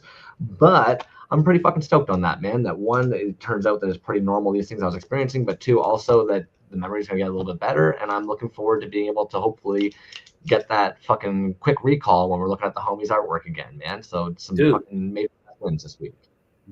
Big win. Big win, dude. I am stoked to hear that. I know that we had some conversations in the last couple months or so that were just probably extremely uncomfortable for you as far as what was going on with you. And I'm glad this was the turnout, man. I mean, yes, it's something, but yes, it's fixable. Yes, you're going to be here tomorrow. We're all going to be here tomorrow. And I think we all fucking needed this tonight, man. So This is a fun episode, man. it was, dude. We got a lot of information out there. There's a lot of cool shit going on. There's a lot of fucking positive things happening, man. We are going in an upward direction in this community, and it's fucking great. Come back every Thursday fucking night, please. Isn't that kind of surreal to think about? Like 3 or 4 years ago, meeting or seeing these artists or seeing these toys, to think that we're sitting here chilling with a bunch of them and pulling a bunch of them in and stuff like that. Yeah. What a weird reality, man. And you know what's great, dude, is everybody here, nobody gives a fuck, dude. Nobody gives a fuck. You know what I mean? And that's what's great, dude. We're fucking friends, dude. Everybody in here is friends. And we're going to be friends tomorrow. And you know what, dude? In 4 to 8 years and 12 years, we're all still going to be friends. You know what I mean? We're all still going to fucking be here, dude. That's all that fucking matters. It's lovely. Very grateful for the opportunity. Very grateful, man. Rokomashu next week. Everybody have a lovely weekend. Get the fuck out of here and go to bed. For real. All right, buddy.